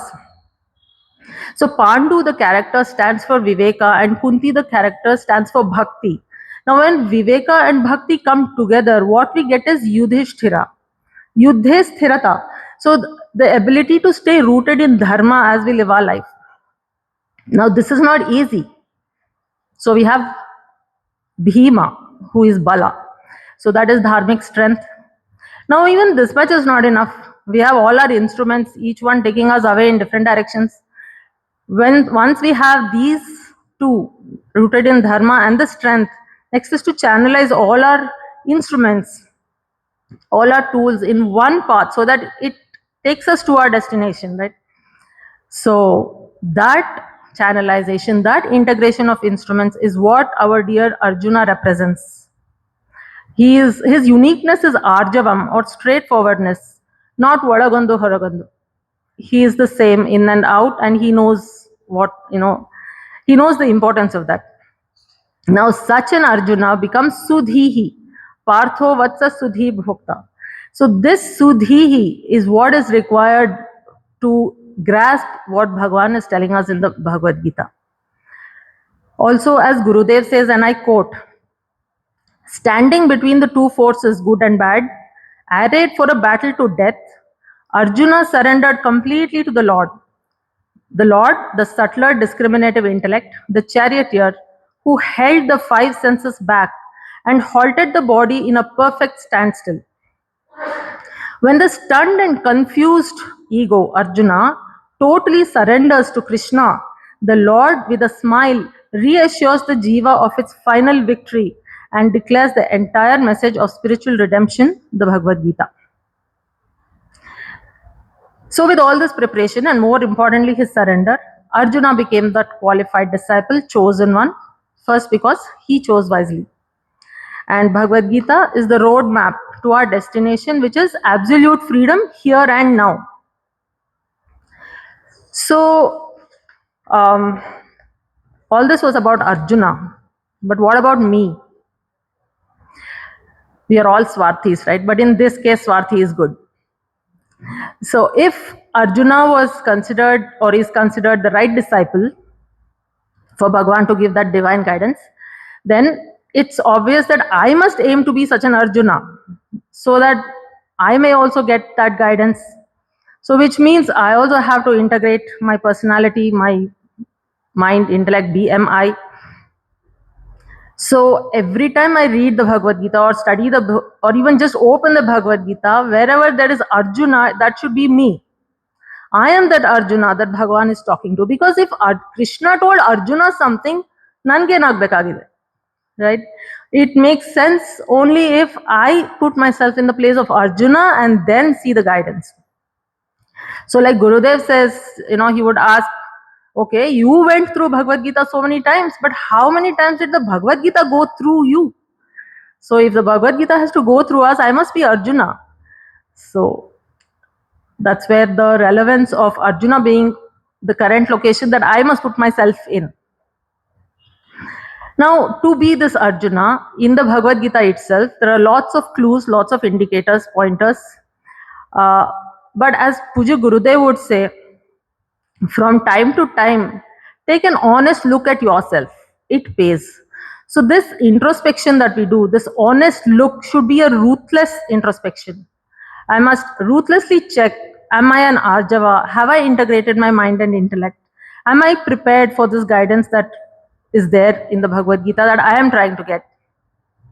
And this we must do regularly, not once in the beginning and then study. No, this has to happen every day, because in a journey, the current location is also moving, isn't it, towards the destination.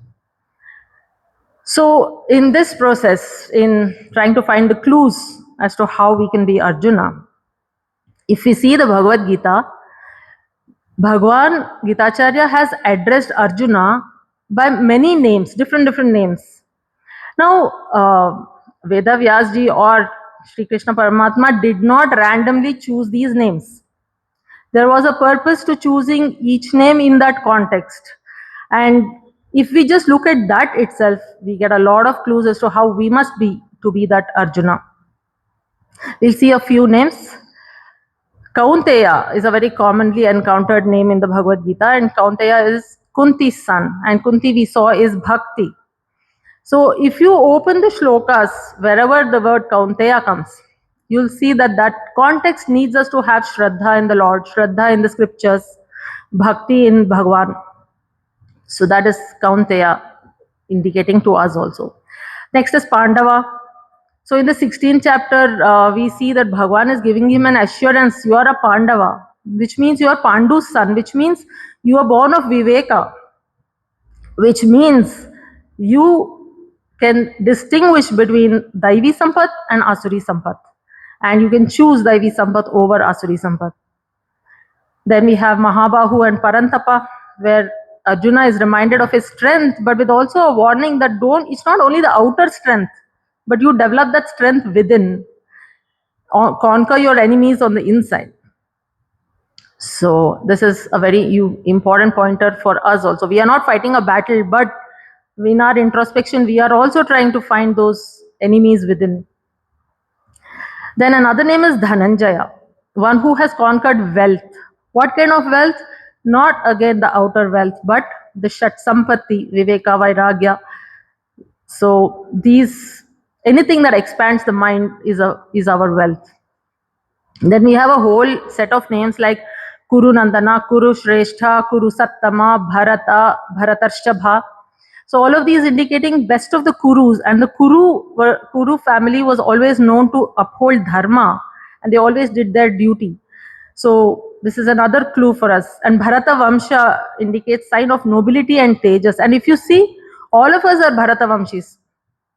We are in that land, right? We are born in that land where the glory of this spirituality is seen in everyday simple living. So yes, we are also reminded of our own strengths with this. These were common names, and there are some specific names to Arjuna. Gudakesha is one of them. Gudakesha is one who has conquered sleep or tamas, and inertia, especially intellectual inertia, is one of the worst enemies for any sadhaka. So to conquer that, and the context, he says, Aham Atma Gudakesha. So unless that tamas has been won over, unless that curtain of avidya completely falls, how can I see that I am Atma? So Gudakesha is a very strong pointer for us. Another one is Anagha. Anagha, the sinless one, the pure-minded one. And the context, 3rd chapter, 14th chapter, 15th chapter. So these are places where jnana is the highlight, and we've all seen that purity of mind is of utmost importance to get this jnana. We may keep reading, but if there's no purity, then nothing's going inside. So Anagha is to indicate to us, develop that purity of mind so you can go beyond this world of objective thought. Then another beautiful name is Savyasachin. Savyasachin indicating Arjuna's unique skill in using the bow and arrow in both hands. Now this is a skill, this is a talent that he had. And where does Bhagavan say this? Nimitta matram bhava Savyasachin. So it's a clear indication that all your strengths, your talent, invest it in the Lord. Leave it to Him. You be available to Him. So He will make use of your talent, your skill in His plan. And His plan is a beautiful, vast plan where everybody's hita is considered, not just mine. So whatever talents we may have, let us offer it in service to Bhagwan. And in our case, I think Gurudev has given such a beautiful platform to do the same. So this is extremely helpful for all of us, being grahasthas, action-oriented. So Bhagwan knows where to place us, and He has placed us there. So my only job is to ensure whatever talent I have, whatever strength I have, I pour it out, not just for myself, but in the service of the Lord. Like Raviji said, aren't we also in that same world? So, yeah. So humility and gratitude is the takeaway from Savyasachin. Then we have Anasuyuhu. So this is also another powerful pointer. Anasuyuhu is one who does not keep seeing dosha in everything that he sees. So a non-critical, non-judgmental mind is Anasuyuhu. So Arjuna is addressed, hey Anasuyave, in the 9th chapter. And in 9th chapter, the topic is Jnana and Vijnana, which is the highest knowledge, and how to recognize that subjective experience of that knowledge as me, myself. So if we have a mind that is constantly distracted by judgments and being, very labeling kind, then it's a distracted mind. And such a distracted mind can never dwell on Jnana or Vijnana. So this name, Anasuyuhu, helps us see the importance of an open mind, alert mind that is not distracted. So all this was about Arjuna, and then what about, sorry. Yeah, so these were some names that we saw from the Bhagavad Gita, but there are general pointers also if we take different chapters of the Bhagavad Gita. So he has scattered them everywhere. In second chapter, we have Sthita Prajna Lakshanas. Then we have Karma Yogis Lakshanas in third chapter, fourth chapter. Almost entire Bhagavad Gita has about Karma Yogi. Then we have Bhaktas Lakshanas, chapter 7, 9, 12. Again, Bhaktara Lakshanas are also in almost all chapters. Then we have Daivi Sampat, all concentrated in the 16th chapter. Then we have all the sattvic aspects, starting from 14th chapter, 14, 16, 17, 18. So all of this is pointers, indicators, guidance for us. So we may, because we put in so much of our time in studying the Bhagavad Gita, it should be efficient. So unless we do this introspection, that efficiency will not come in. But once this guidance is done, Gitacharya says, he says, I leave the ball in your court, Arjuna. Yatha ichasi tatha kuru. I have told you what I have to tell. You do what you think you should do. The choice is yours. And Arjuna says, Karishya Vachanam Tava. So may we also say Karishya Vachanam Tava when he speaks to us from the inside. So like Arjuna, let us also see Bhagwan as that best buddy. Let us choose him over this world. Let us seek Bhagwan's guidance through his words in the Bhagavad Gita, in the Upanishads, and through so many acharyas. Let us develop those qualities which he has indicated in the Bhagavad Gita for us. Let us freely ask him questions and listen with an open mind, because surely he answers. Answers actually come within. So if we can listen to it, they're all there. Let us take that U-turn, after which there is no return. He will then ensure that I stay established in my true nature, in the self as the self.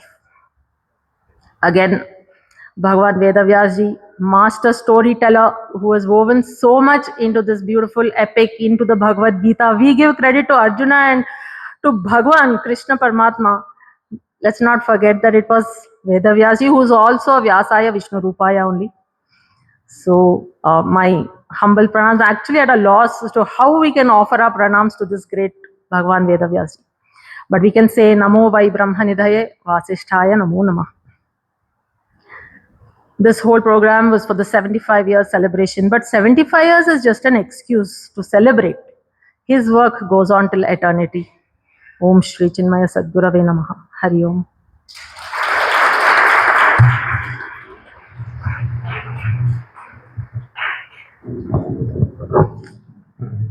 Thank you, madam. Arjuna's current location, from first chapter to 18th chapter, she has covered all the places and she has given a gist of whole of Bhagavad Gita as applicable to us.